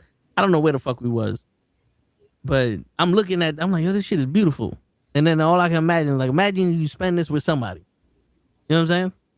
Right. Because to me, I can find beauty anywhere. You go to fucking Orchard Beach, look out in the ocean, just hear the waves. Like, don't touch the water, because then you turn into the Toxic Avenger.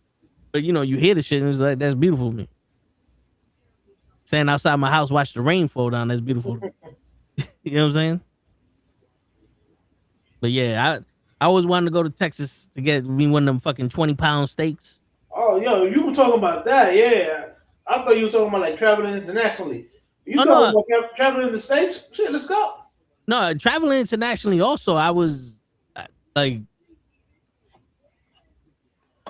I don't know where I want to go, but I know I would want to go somewhere. Because my brother, he's like, yo, he traveled the world with the Navy. So he's Right. been to all the motherlands. You know, Los Palmos, the Greece, fucking South Africa, all them motherfuckers. He's been everywhere. So he's done traveling. But he was telling me about this spot in Italy that he wanted to take me that had the gelato. Right. Might have to fucking be like, yo, you got your passport? I got my passport. Hoach got his passport. Let's go. But shit, I want to make a food tour, Hoach. Okay. Shit, that we might have to take the cameras and just go to all the different You states. got me with that one. I'm okay with that one. Where get some food.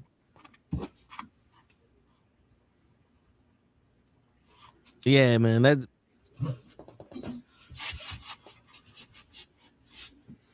That's what I'm saying. Like I got my passport now. It's like I don't know what to do. Like we go to Jersey. I got my passport. I know DJ was talking about a cruise. You ever been on a cruise? No. Yeah, he was talking about a cruise later on this year. I forgot where it was, but he was telling me about it. He said it was like 2,500 or some shit. Okay. And yeah, and it's like it's all inclusive, everything free. It's just the drinks. You can make a tab, so it will be like you put like $200-$300 down, and then they charge you to the tab, and that's for like liquor if you want a liquor. Oh, nice. That sounds Like, good. That sounds like that sounds like that sounds like something like you can put together and know your limit and not kill your shit. word. Be financially responsible. Yeah, that. Word. Shit. And he was saying it's like an adult cruise. for adults, and I was like, damn, like mentally adults or physically adults. I've seen some of those where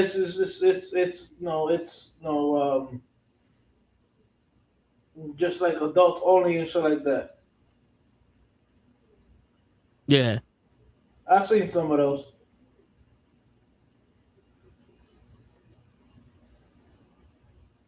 yeah. I know my uncle wanted me to go on a cruise for the longest. So I'm like, yeah, fuck it, we try. I know Joe wants to go on a cruise. Joe loves cruises. All right, that might be shit. A Nukkle Hedd cruise. Word. Where's one place you always wanted to go, but you ain't go yet? Europe, believe it or not. Really? What part of Europe? Definitely want to go to Greece, Mm. Italy, and like I said, my grandfather was Spanish, so I always wanted to go to try to see if I can track down my heritage down in Spain before I go to Spain. Yeah. You know, like find out exactly where my grandfather came from, and then just visit that spot and be like, "Yo, this is where some of me came from." I hear that.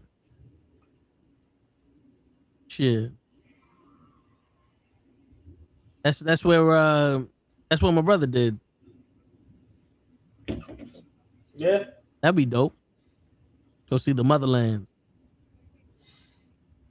I mean, yeah. I mean, I actually was born in DR, so my motherland is DR, but I hear you.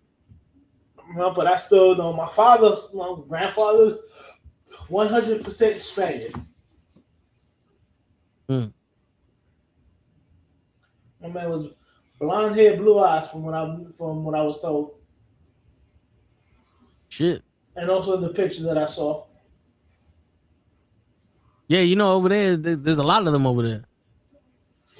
Yeah, I mean, even when my little brother was born, his hair first started to grow out was blonde, and then it turned black. Yeah, Cap said it was like that. He was blonde, and then it went like dirty blonde, and now it's like a dark brown.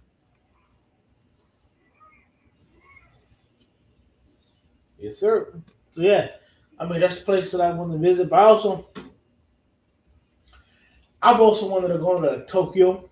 I'm a big K-pop.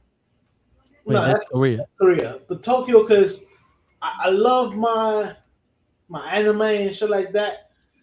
But I've also loved like samurai shit like that. So Yes. like I tell people, say I want to go to the city, Tokyo. I want to go to the city, but I also want to go to rural Japan and see like and live how they used to live back in the day because they do like tours like that shit. Like I seen pictures of like when the seasons turn and shit like that. Yeah. That shit looks fucking majestic. I'm like, yeah, that's where I want to go. I want to go to Japan and go to Tokyo, the city, and then I want to do rural Japan. Mm. You gotta wear them click clacks and the fucking that robe looking shit. I'm okay with that. I hate, but we ain't gonna be able to put our hair in a bun though. I don't want to wear that shit look like a diaper though. I'd rather just wear boxes. Nah, I hear you. I hear you. You know what I'm saying? But dude, the fucking like I'm old school. Love samurai. Even ninjas because that's where ninjas originated from too. It was Japan. Yeah, they were the farmers that were fighting the samurai. Yep, they became they had to become like assassins because they couldn't take on the samurais up front, so they had to do unconventional tactics or whatever the fuck you want to call it. I call it survival. I hear that shit. Leon says Tokyo is huge for gaming. Don't they give you like a limit? Like you only allowed to play to game for like 35 hours a week or something like that? I don't know about that, but I know there's a lot of places in Tokyo that this is like it's just game. That's all they do. Yeah. And then if Tokyo Drift ever show you something, there are some hot Japanese women. Word. And don't they need men like us? They That's said right. like they put a wanted label out. They said we need men like knuckleheads. Shit. Nah, but yeah, dude. Plus, I just want to see how. Yeah, look, not for nothing. They are more technologically advanced than we are. Yeah. I hear they got the stores that you just pick up what you need and you walk out and they charge your account. Like the Amazon stores and shit. Yes, there are a couple of stores like that now. There is an Amazon store around where I work at that if you have like a Prime or whatever, you walk in and you grab what you want, and as you walk out, it charges your account.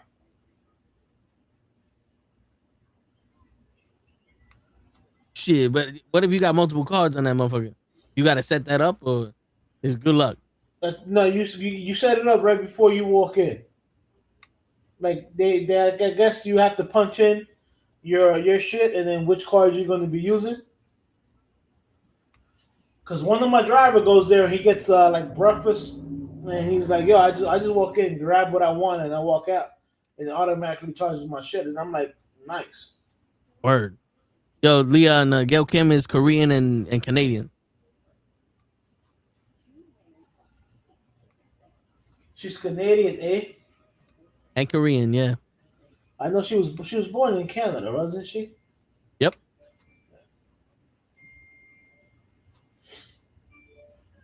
She was born in Canada, but she's Korean descent. Yeah. But yo, don't get it twisted. Canada got some hot ass women. Oh, I know. I wasn't out away from Canada when I was in college. We used to go up there all the time. We used to go to Montreal,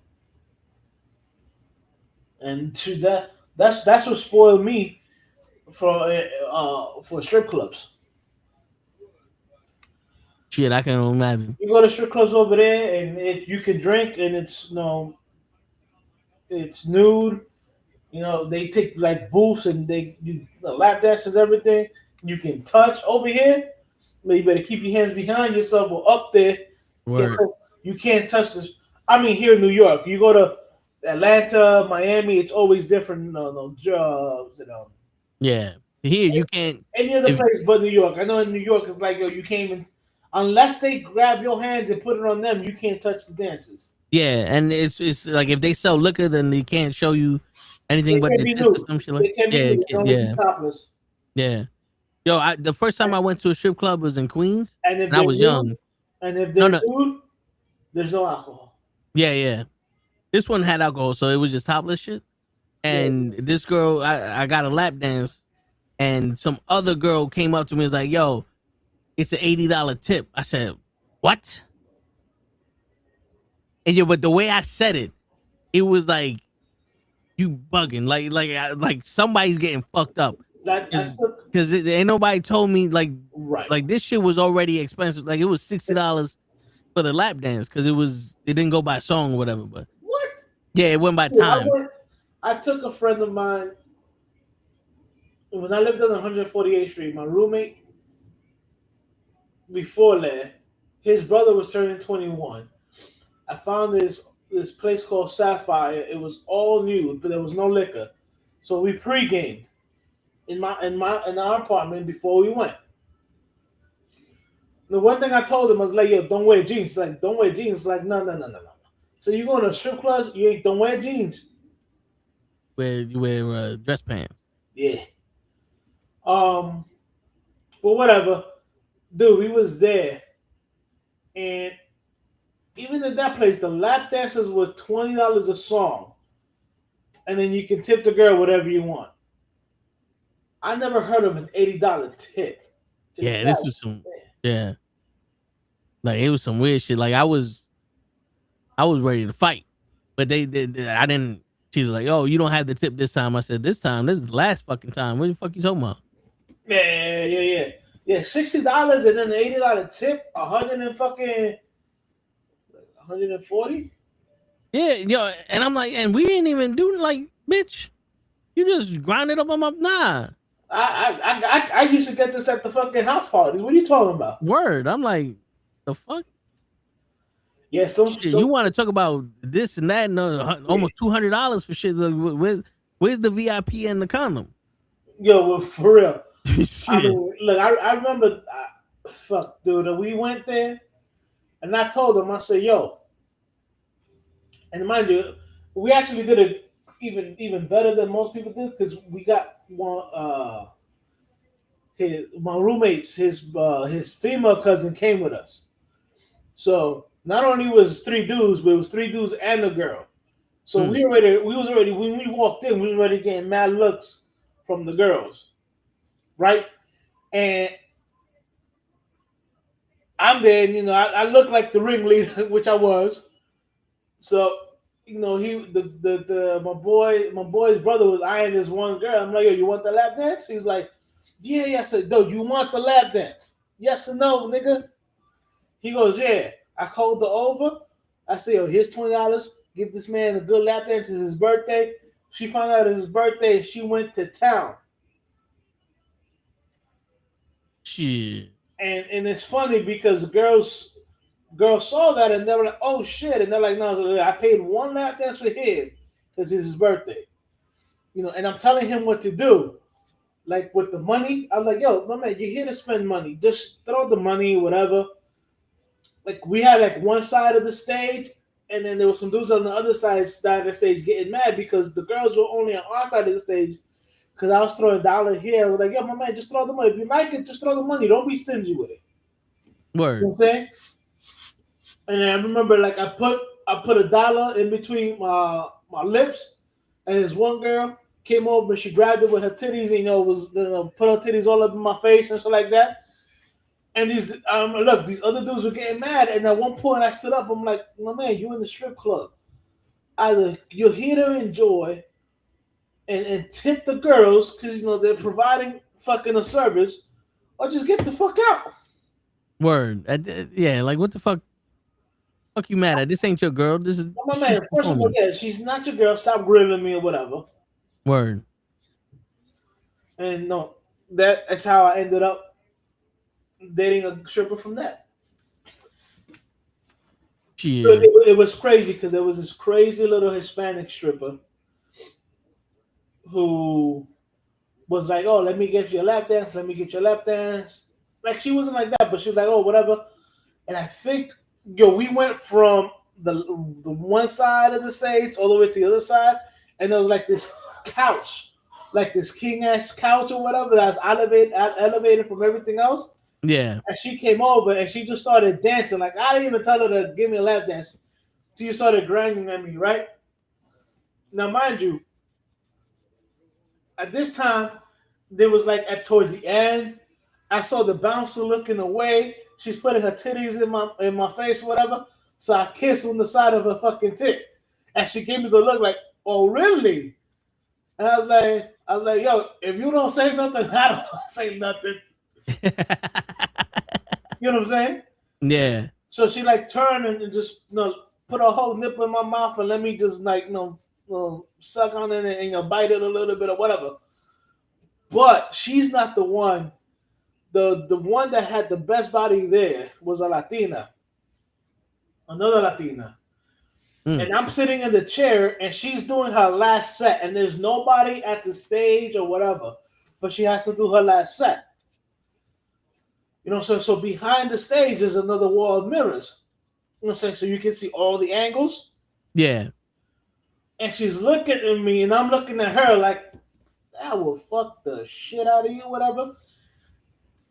And we're giving each other the look or whatever, and the mirror, she doesn't turn around, you know what I'm saying, or whatever. But in the mirror, she starts telling me, "Come here," and I'm like, yo, I got no money or whatever. So I told her, I said, yo, I'm done. I give her the, like the cutthroat shit, like, yo, I'm done. I'm tapped out. Yeah. I'm not trying to be a dick. I'm not even trying to go up there and and do some stupid shit. Like, yo, I'm done. I'm tapped out. She turns around and goes, come here and sit right here. And then I was like, oh, all right, fuck it. So I had like I said, there was nobody else at the fucking at the stage. So I'm just there. She's basically just dancing for me. And I was like, God damn. She leans over and she said, there's a side door There's a door on the side of the thing. She goes, wait for me. I'll be like a half hour. Half hour later, she come out. You take it from there. That came later. But like that, like she went after that shit. Like my boy, his brother was dumb tired. So I was like, yo, I put them in the cab or whatever. After she came out, I took her out to get something to eat or whatever because she was like starving. Yeah. We was just chit chatting or whatever, and then we went back to her place.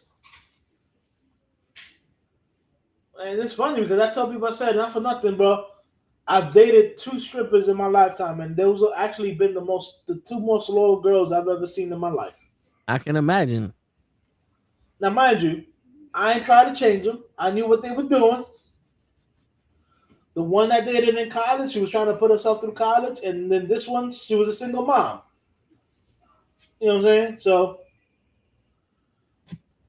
yeah. I mean, because at that point, you know what you're getting into. Yeah. And not all the time is somebody's profession what they do. Bro, I told somebody a long time ago, if you met her and she's a stripper, don't try to change it. If she wants to stop stripping for you, she will. Yeah. But if you make her stop stripping, then she ain't gonna really like you. Yeah. Yeah, yo, Leon, I got lucky, bro. I was at the right place at the right time. You know what I'm saying? Like I said, a lot of the girls at that strip club saw that I was trying to have somebody else have fun and not myself. You know what I'm saying? Like I got him right in the middle of we were at. He was like front row of the stage or whatever. Like I made sure he was having fun, and not for nothing, but girls pick up on that shit when you want to make sure that you have other people who have fun. You know what I'm saying? I was like, yo, it's his birthday, it's his day. I'm not even here trying to fucking, like make it about me. It's like, yo, it's his birthday. The girls are like, oh my god, it's his birthday. What are you turning? I'm like, yo, he's turning 21, so it's his 21st birthday. So it was just again right place, right time. I hear that. That's it, bro. And most of the time, it's they get attracted to the one that's not fiending over them. Like I said, bro, the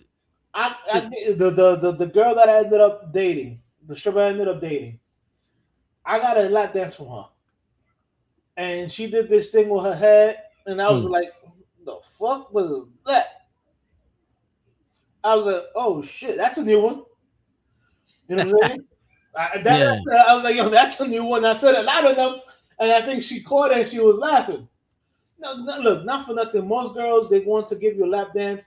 They just sit on you and start grinding or whatever.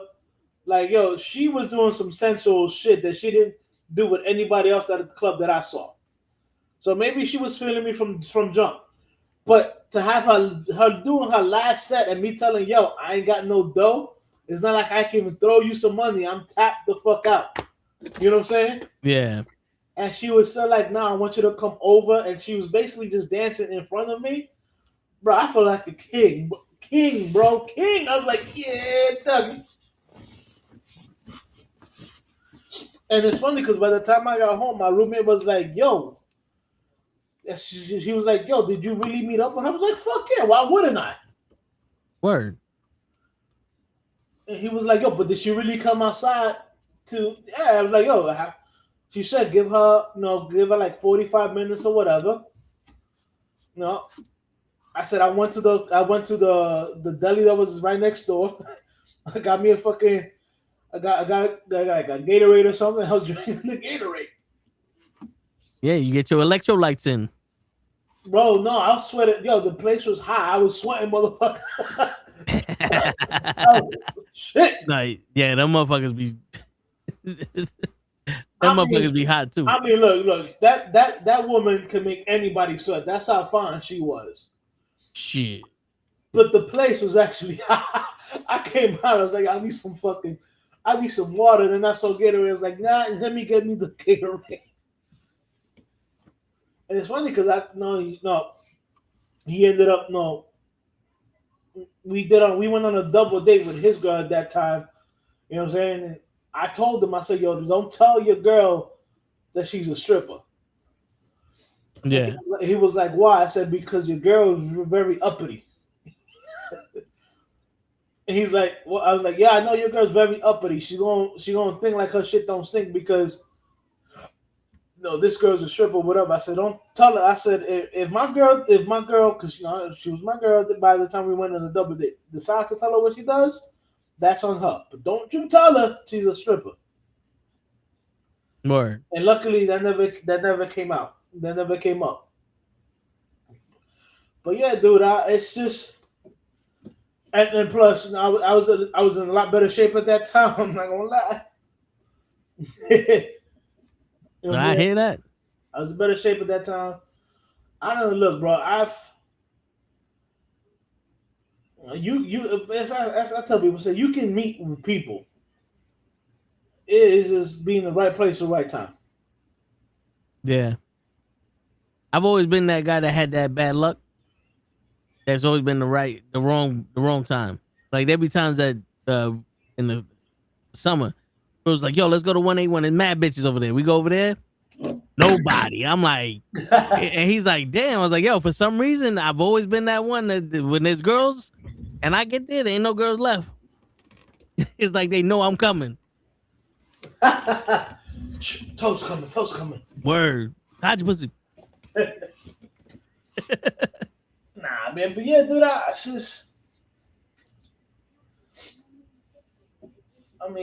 also the type of dude I really don't give a shit. Nah, I hear you. I don't care how good you look. I'll say, hey, how you doing? I know there's a lot of men who are intimidated. And I just want to tell men, there ain't no reason to be intimidated. Bro, I was it in my job, the owners, I call them by their first names. I don't call them Mr. Murphy. There's John and Donald. Hey, what's up, John? How you doing? Hey, Donald, what's up? Now, Donald's the younger one of the two. Him and his brother are both big Giants fans, but me and Donald, like I told you, sometimes I get tickets. It's from Donald. Donald, when he doesn't want to go and nobody from his family's going, he'll hook me up and be like, yo, you want the tickets? So, like, case in point, today or yesterday when they made it official that John Harbaugh signed with the Giants, I texted him. I was like, yo, it's official.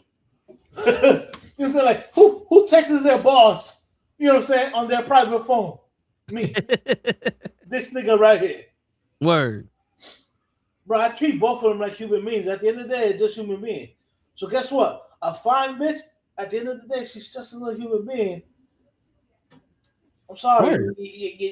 I'm not going to be intimidated because you bad. You fine. Bro, I have experience speaking to some fine-ass women. Mm-hmm. You know what I'm saying? Case in point, the stripper from Sapphire, bro. Come on now. Fuck Word. what you heard. You know what I'm saying? Shit. Yeah, I love how bitches be like, oh, I'm like, listen, I'm going to say hi. It's up to you to take it how you want. For real. You want to take it with attitude? All right, bitch. Fine. I don't need to stay here. You fucked up. That's right. Yeah. I've never understood that shit of, like, I've never understood women trying to be so uptight that you can't even say hi to them. But I never understood when guys, when they try to talk to a girl and the girl don't want to say anything, and the guy go, well, then fuck you then, bitch. Yeah. For what? For what? Just walk away. Just walk away. You walking away, not saying nothing's gonna fuck with them even more than you calling her a bitch. Word. But and I've proven that. I've gone to clubs where I tell a girl, yo, you want to dance? No, I don't want to dance. I asked the girl next to yo, you want to dance? You want to dance? No, you don't want to dance. All right, fine. Fuck you. Like I don't say fuck you, man. Whatever. You want to dance? Oh, the girl goes, yeah, I want to dance. We go, we dance. I bring her back. Then the first girl that said she didn't want to dance, all of a sudden she want to dance. I'm like, no, my feet hurt. I'm sorry. I don't want. Give me a rest. Now I'll come back later. Word. And then in that same group, I asked another girl if she wants to dance to take her out to dance. Fuck out of here, bitch. You said no the first time. I don't ask more than once. I'm here to dance. It's a club. I'm here to have fun. If you wanted to stay with a resting bitch face and drink wine or whatever you're drinking, you should have stayed home. Word. But you know how some of these girls are fucking built-in cock blockers? Shit. Oh, you mean the big Bertha bitches? Shit. Word. Cock blocking central. You mean the girls that look like they could have played offensive line? For real. Shit, even the ones that were all right, they be cock blocking. You know what I'm saying? Like, there'd be times like, oh, both these bitches bad, but you was like, yo, what's up? And then that one cop like, what the fuck? Like, what happened? She got a man. So? She got hands too. I didn't ask all that. Shit. You know, I've had girls say, oh, she don't want to talk. She has a man. Not my reply is, oh, I'm sorry. I didn't know when I actually spoke to you. I was speaking to her. I'm pretty sure she can answer for herself. Word. I go, but since you said that she have a man, I said, when did I say that I wanted to be her man? All I'm doing is saying hi. And then she looked good. I go, that's about it. I go, that's what I gotta say. If she wants to escalate it from there, that's on her. Word. I remember when I told this one chick, I said, yo, you got some beautiful eyes. She goes, I have a man. I said, well, I guess you don't have beautiful eyes no more. I don't know what the fuck. I don't know what to tell you. Like I'm just telling you have nice eyes. I don't need to know all that other information. Right. Like sometimes I'll be laughing at excuse me, I have a man. Excuse me, I have a man. Excuse me, I have a man. Like, yo, bitch, you have no air in your tire. Oh, can you change it? Oh no, you have a man. Word. Dude, I remember this one clip I saw, but this bitch literally took off with the gas, the fucking shit, the nozzle. The nozzle still attached to her car, and this dude tracks her down, and she's like, "What?" He's like, "Yo, you still got the fucking nozzle attached to your car." Like, I don't know if that was a skit or anything, but I'm like, "Yo, I've seen it before with girls, but whatever." I'm like, "Yo, I'm just letting you know, you fucking, you dropped something." Yeah. Like that happened to a friend of mine. He tapped the girl on the shoulder, and she's like, "What? Why are you touching me? Whatever." And he's like, "Yo, you dropped this," and she's like, "Oh my god!" So you know what he did? When she reached for it, he let it fucking fall and drop, and then he walked away. And I'm like, "Good, that's what you get." I mean, shit. It's like I get everybody all want to be like they all scared and shit and all that other stuff and shit happens, but it's like, damn, not everybody's here to attack you. Like shit. Because yo, listen, I've been watching. You know Tony Roberts, right? Yeah. He on TikTok they got some clips up, and he goes, all the men that genuinely feared for their life in the past 3 months, raise your hand. Like 1 or 2 people. And like, women, if you genuinely feared for your life in the last 3 months, raise your hand. And all of them raise their hand up. He goes, see, that's their mentality. But in my head, I'm like, yeah, but not for nothing. If you want to talk about when a girl fucking use you for some shit, raise your hand. And then all the guys fucking raise their hand. And now their mentality is, these girls don't want shit from me, but they want to use me. Wouldn't that fuck up the way that we treat women? Right. It's like, sometimes not everybody want to hurt you. Shit. Especially like, yo, miss. All right. Fuck it. I guess your child's gonna stay in the fucking in the park. It's crazy, bro. And there really is people like that. Yeah, man. But yeah, I just don't. I don't like this fucking people speaking for people shit because like the social media and everybody's talking and all the other shit's happening, and now it's a set wave for shit, and everybody's like, we don't have the time to be fighting motherfuckers that are stupid. We gotta live our own lives. We were raised with the, you want to be stupid over there, and now everybody's so goddamn stupid, and everybody following them. Like, what the fuck? Yeah. That's the issue. It's like you got a bunch of stupid people that have hundreds of thousands of followers, and they're stupid too now. Like, what happened? Like, really, dude? Somebody did something stupid on the internet and made money. Now everybody doing something stupid on the internet. Yeah. Like, yo, we had cameras back in the day recording the stupid shit we did or the shit we did. You kids would be like, damn, we lazy. You just walking around tapping people on the shoulder. You know what I'm saying? Like y'all got the dumbest shit that you fucking over here excited about. Like that whole 6'7" shit. I don't know what the fuck that is. Now everybody and their mothers putting up pictures of 2016. I'm like, I should be sorry for 2004. My man Ruben Stutter. Word, you know what I'm saying? Like, at least you got it, and nobody else got it in my fucking story. What? Stop lying. Nobody else got it. Nobody got it. Oh, dude. I'm like, you motherfuckers, boy. You don't even know your fucking history. Come on. My man Ruben Stutter, sorry 2004. Come on. You're killing me with that shit. Yeah, man. The fact that I'm the only one that said that shit, that really upsets me. Yo, dude, I'm telling you, that's why sometimes I'll be like, yo, I don't even feel like posting this shit up because I don't think y'all motherfuckers got the brain capacity for my stupidity. Like y'all really out here trying to be something you not.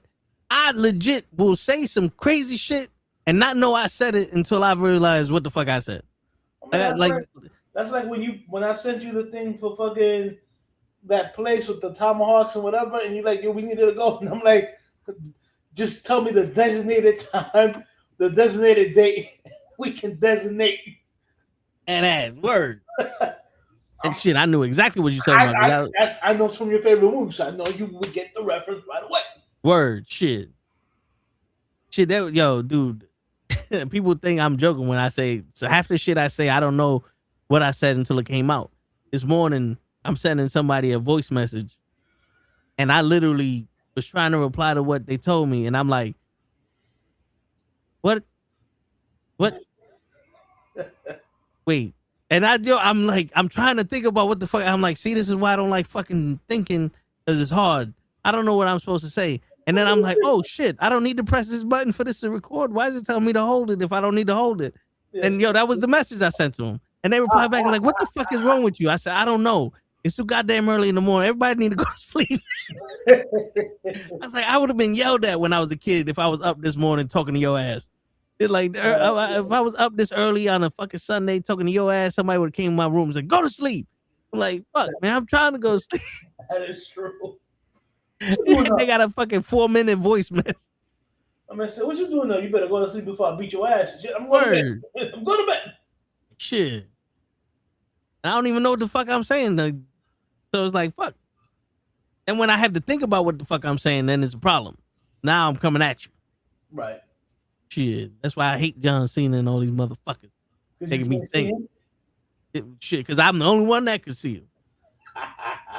I saw that horrible shit. Unfortunately, you ain't the only one. I saw some of that horrible shit too. Word. Motherfucker. Bro, I've said the story before and I'll say it again. Remember when he did a Huracan? This is the pay-per-view. So it's me, Le, and a couple of other boys from a group. I go, all right, watch Michael Coca-Cola and Cena Carrana. Yo, the look of death that Le gave me, and then literally seconds later, Michael Cole goes, You know, when John Cena pulled off a Cena Colorado, I was like, yeah, I kind of saw that coming. Yep. Legends looked at me like, my man, how the fuck did you know he was going to say that shit? I said, because, Michael Cole. I said, he has Vince McMahon in his ear, bro. You think Vince McMahon is not trying to fucking catchphrase shit right away? Word. Michael Cole ain't the most original nigga. Neither McMahon wasn't original. Like, he would let people do. Sometimes he'll let people be themselves, but most of the shit is like, yo, I saw that coming. Yeah. You can't pull the wool over the eyes of a game. My man, you can't pull the wires of a Sicilian. Inconceivable. I do not know you. I think you do not know what that means. Word. If those don't know, that's from The Princess Bride. That's one of my favorite movies. Shit. Oh yeah. But the Gambini one is My Cousin Vinny. Yeah, the Gambini was My Cousin Vinny. Yeah. That's for the people playing at home. You know the two youths, the two what? The two youths. The two. Shit. My man. Can you do me a favor? Can you show me your right hand? Oh, I'm looking for the 6-finger man. He killed my father. My name is Anita Montoya. You killed my father. Prepare to die. Hello. Like, yo, that had to be one of the most powerful hellos I've ever heard. Hello. I mean, the guy had stabbed him already. He was losing blood. Word. My man had a fucking jumpstart his shit. Offer me money. Offer me power. Offer me more than I can ever withstand in a lifetime. I want my father back, you son of a bitch. And it's funny because that dude is not Spanish at all. Nope. Which is crazy. Well, not for that time, because they usually did that. I mean, think about it. Fucking Al Pacino playing the Cuban. Come on now. Yeah. And West Side Story was all Greeks. Yeah, they weren't no Spanish guys. Except Maria. Maria was Spanish. It's funny. The girls were Spanish. Yeah, you can't fake that. The I want to live in America. That's she was Puerto Rican, 100%. Oh yeah. When you're a jet, I want to live in America. When you're a jet, you're a jet. Wow, bro. Talk about throwbacks. Word. That's why I can't fucking pick no other team, because I'm a Jet.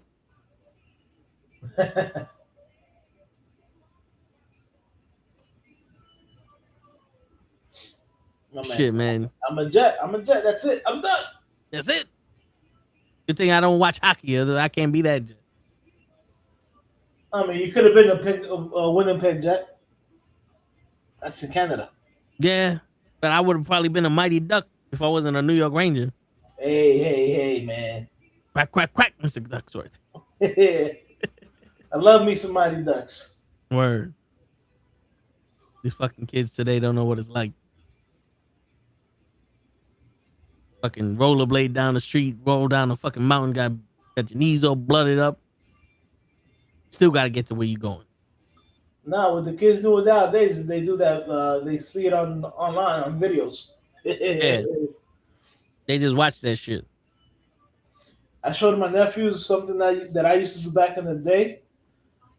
As a matter of fact, I showed them a video of back in the days on YouTube. Some guys playing football on the block and get like tackled on the concrete and shit like that. He goes, "Yeah, your uncle used to do shit like that." He just give me like, "You guys were crazy." I'm like, "Yeah, we were." Word. Jackass wasn't a thing when we was doing stupid shit. Yeah, I tell people shit. I like the fact that a lot of the stupid shit I did and a lot of the dirty shit I did is not on camera. I hear that. Because we did not have camera phones back in the days. If you wanted to take that, The only way you can catch it on camera is if you brought back the brolic fucking shit that you put on your shoulder. That's the only. Yeah. That was the only way you was getting shit on video. Ain't nobody walking around with that shit. It had the fucking big ass VCR tape in that motherfucker. And the big ass heavy battery. Yep.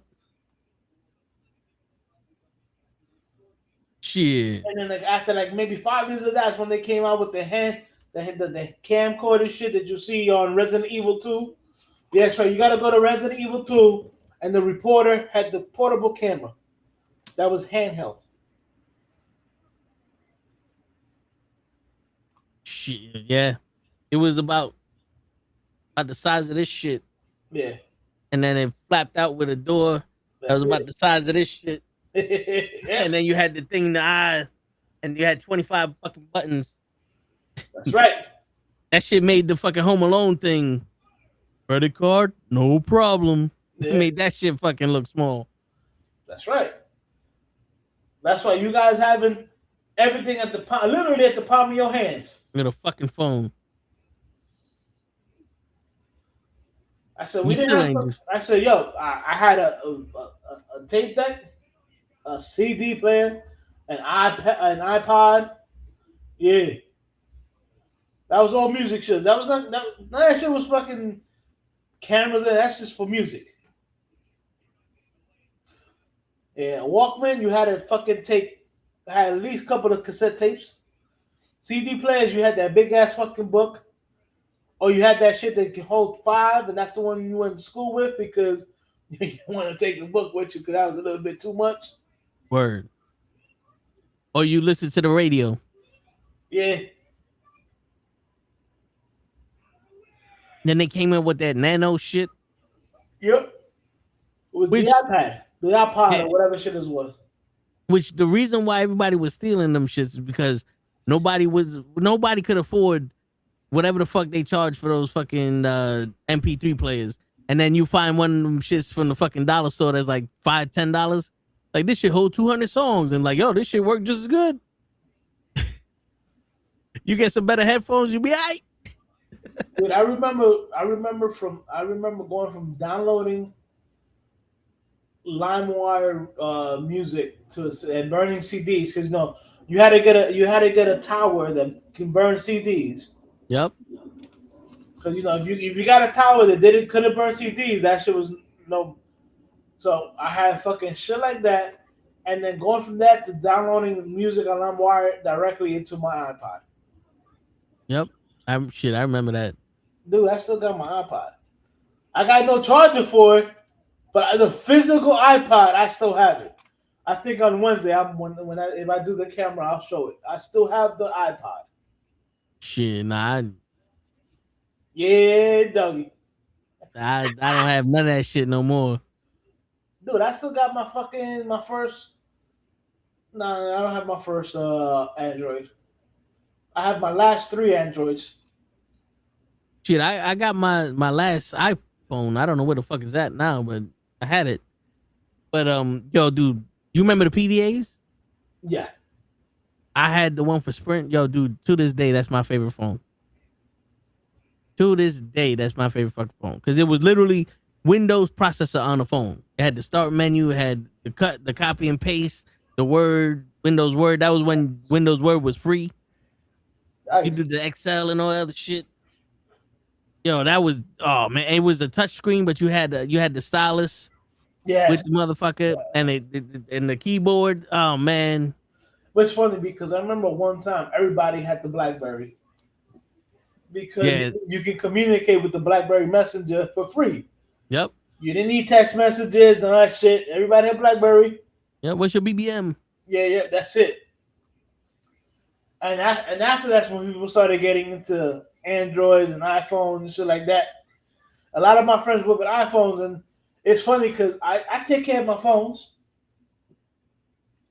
And there was one time I went in and I asked them, how much is the iPhone? And they told me how much, and I'm like, and I go insurance. They're like, oh no, you can't put insurance on this iPhone. I'm out. Yeah. I'm like, you telling me I gotta pay $1,200 for a new phone and I can't put insurance on it? The fuck out of here. Yo, dude. You remember the Best Buy insurance? Yes, I do remember Best Buy insurance. Dude, it was literally you pay for it and they fix everything for free. So I remember one time I was like, "Yo, I got these like scratches on my screen. Would y'all fix it?" He's like, "Yeah." You gonna do that shit for the scratch? I was like, I mean, I don't like the scratches. And the dude, they took the phone, they fixed it, they gave it back to me. I'm like, yeah, what was the fucking problem? Then shortly after that shit, Best Buy was like, nope, no more phone insurance. That's it. You got to go through your carrier. Yep. I remember. See, I went from BlackBerry to a company that's no longer in production called HTC. I remember that, yeah. And they made Droid phones. And those phones were some of the best phones I had. I remember one guy went from an HTC to an iPhone, and he said, I fucking hate this iPhone. Yeah. You know, I went from the Galaxy S3 to the iPhone because there was so much shit going on with the Galaxy S3. It was like, I just want something simple. And the iPhone is relatively a simple phone. But I shit you not, I had 4 fucking batteries for that goddamn phone, and it still wouldn't last me a day. For the fucking the Samsung, that's why I was like, nah, fuck that. I'm gonna get the iPhone. Dude, you know what it's like to be like, oh, my phone died, and then switch the battery and then put the battery in the charger. I mean, it's funny because at that time I still rocking HTC. I went all the way from the HTC 1 to the HTC 10. Shit. And let me see here. I think around the 10 is when the Samsung was maybe up to. They already had the Galaxies out. But yeah, dude, I never had the issue with the batteries, thank God. Yeah, well, I mean, I had my shit for like at that time it was maybe 4 or 5 years. That's why you have 4 batteries. Yeah. Yeah, because you know, I was also one of those people like, I'm not gonna need a new phone. What the fuck I need to buy a new phone for? Because you know, at that time it was you could get the phone with the plan for a year and then you could change it in for that. Then I started doing that shit, and it was like, damn, like every year I got the new iPhone because you know you just traded in and get the new one, and I'm like, yo, I need to lower my bills, and then I realized like, wait a minute, my bill is $100, but I'm paying 200 something because I'm paying for this fucking phone and that fucking phone. I paid off the phones. I said, fuck it. If I'm gonna upgrade my phone, I'm gonna buy that shit flat out because I ain't trying to spend another fucking bill on my fucking phone. Well, that's what I usually do. My last phone I put on the monthly shit, and I was looking at it, and it's like, you know, like I tell people, I say, yo, you pay. I know for Verizon, you put it like for 36 months, and I'm like, man, that's 3 years. I'm like, if I had just fucking just saved up and just went up there with $1,000, I could have just bought a brand new phone straight up. Word. So I'm like, yo, my next phone, I don't do trade-ins. I know everybody's like, oh, do trade-ins or whatever, and you get a discount or whatever. I'm like, I don't trust people. I said, I don't have a lot of fucking dirt on this phone. Nah, yeah, shit. I don't really do the trade-ins either. I just did one because I had one the iPhone 11, Right. and it was like to the point where even if I had it, I couldn't use it. You know, I was like, fuck it. I traded that shit and they gave me like $150 off for the fucking phone. I was like, all right, I'll use it. But my other one, I was like, nah, I'm keeping that shit. That's what I tell you. I have my last 2 phones that I upgraded. I have them in my drawer. Shit, I hear you. You know what the crazy shit is, Hutch? Like, I have the iPhone Pro Max, right? Mm-hmm. And the reason why I got the Pro Max is because it's orange. The camera and all that other shit is cool and all that, but it doesn't really like. I don't use it to the point where I need this fucking super duper camera and the fast motion shit and all that. He's got it because it's orange. Yeah, that's what it was. I got the last phone because it was blue. I got this one because it's orange. If I get another one, it's got to be either blue or orange. and I might just say, fuck it, I'm just gonna get the regular iPhone. Because at this point, this pro shit ain't for what? I got a fucking better camera right there. I got an action camera that's better. Like, why I need a pro? What I need the shit for? And it's cheaper. I might just say fucking and go to get that flip phone that turn into a fucking tablet. The Samsung shit? Yeah. It's nice. Should I hear the hinges go off on that? Yeah. Get up. I'll be right back. All right.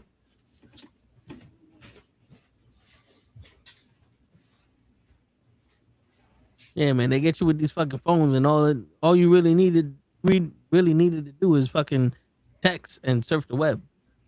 That's it. Everything else that does this shit, like the processor and how fast you can play games and the screen and all that other shit, is like, yeah, it's cool, but all I really need to do is be able to surf the web and text and keep my my birthdays in my calendar. That's it.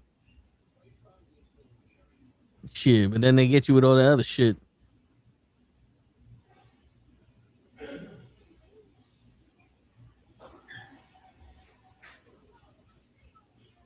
And you, because I was one of those spec guys. I was like, that shit got this, it got this, it got that, it got this. It's like, yeah, but when you take a picture and I take a picture, it look the same.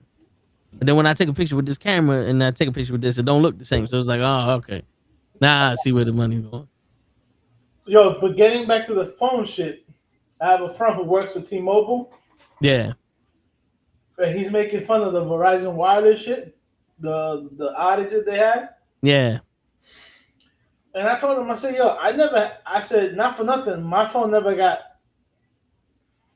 went out of service. I had service the whole time. They said a lot of people didn't have any service. He was like, word? I'm like, yeah, my service stayed. And he was telling me how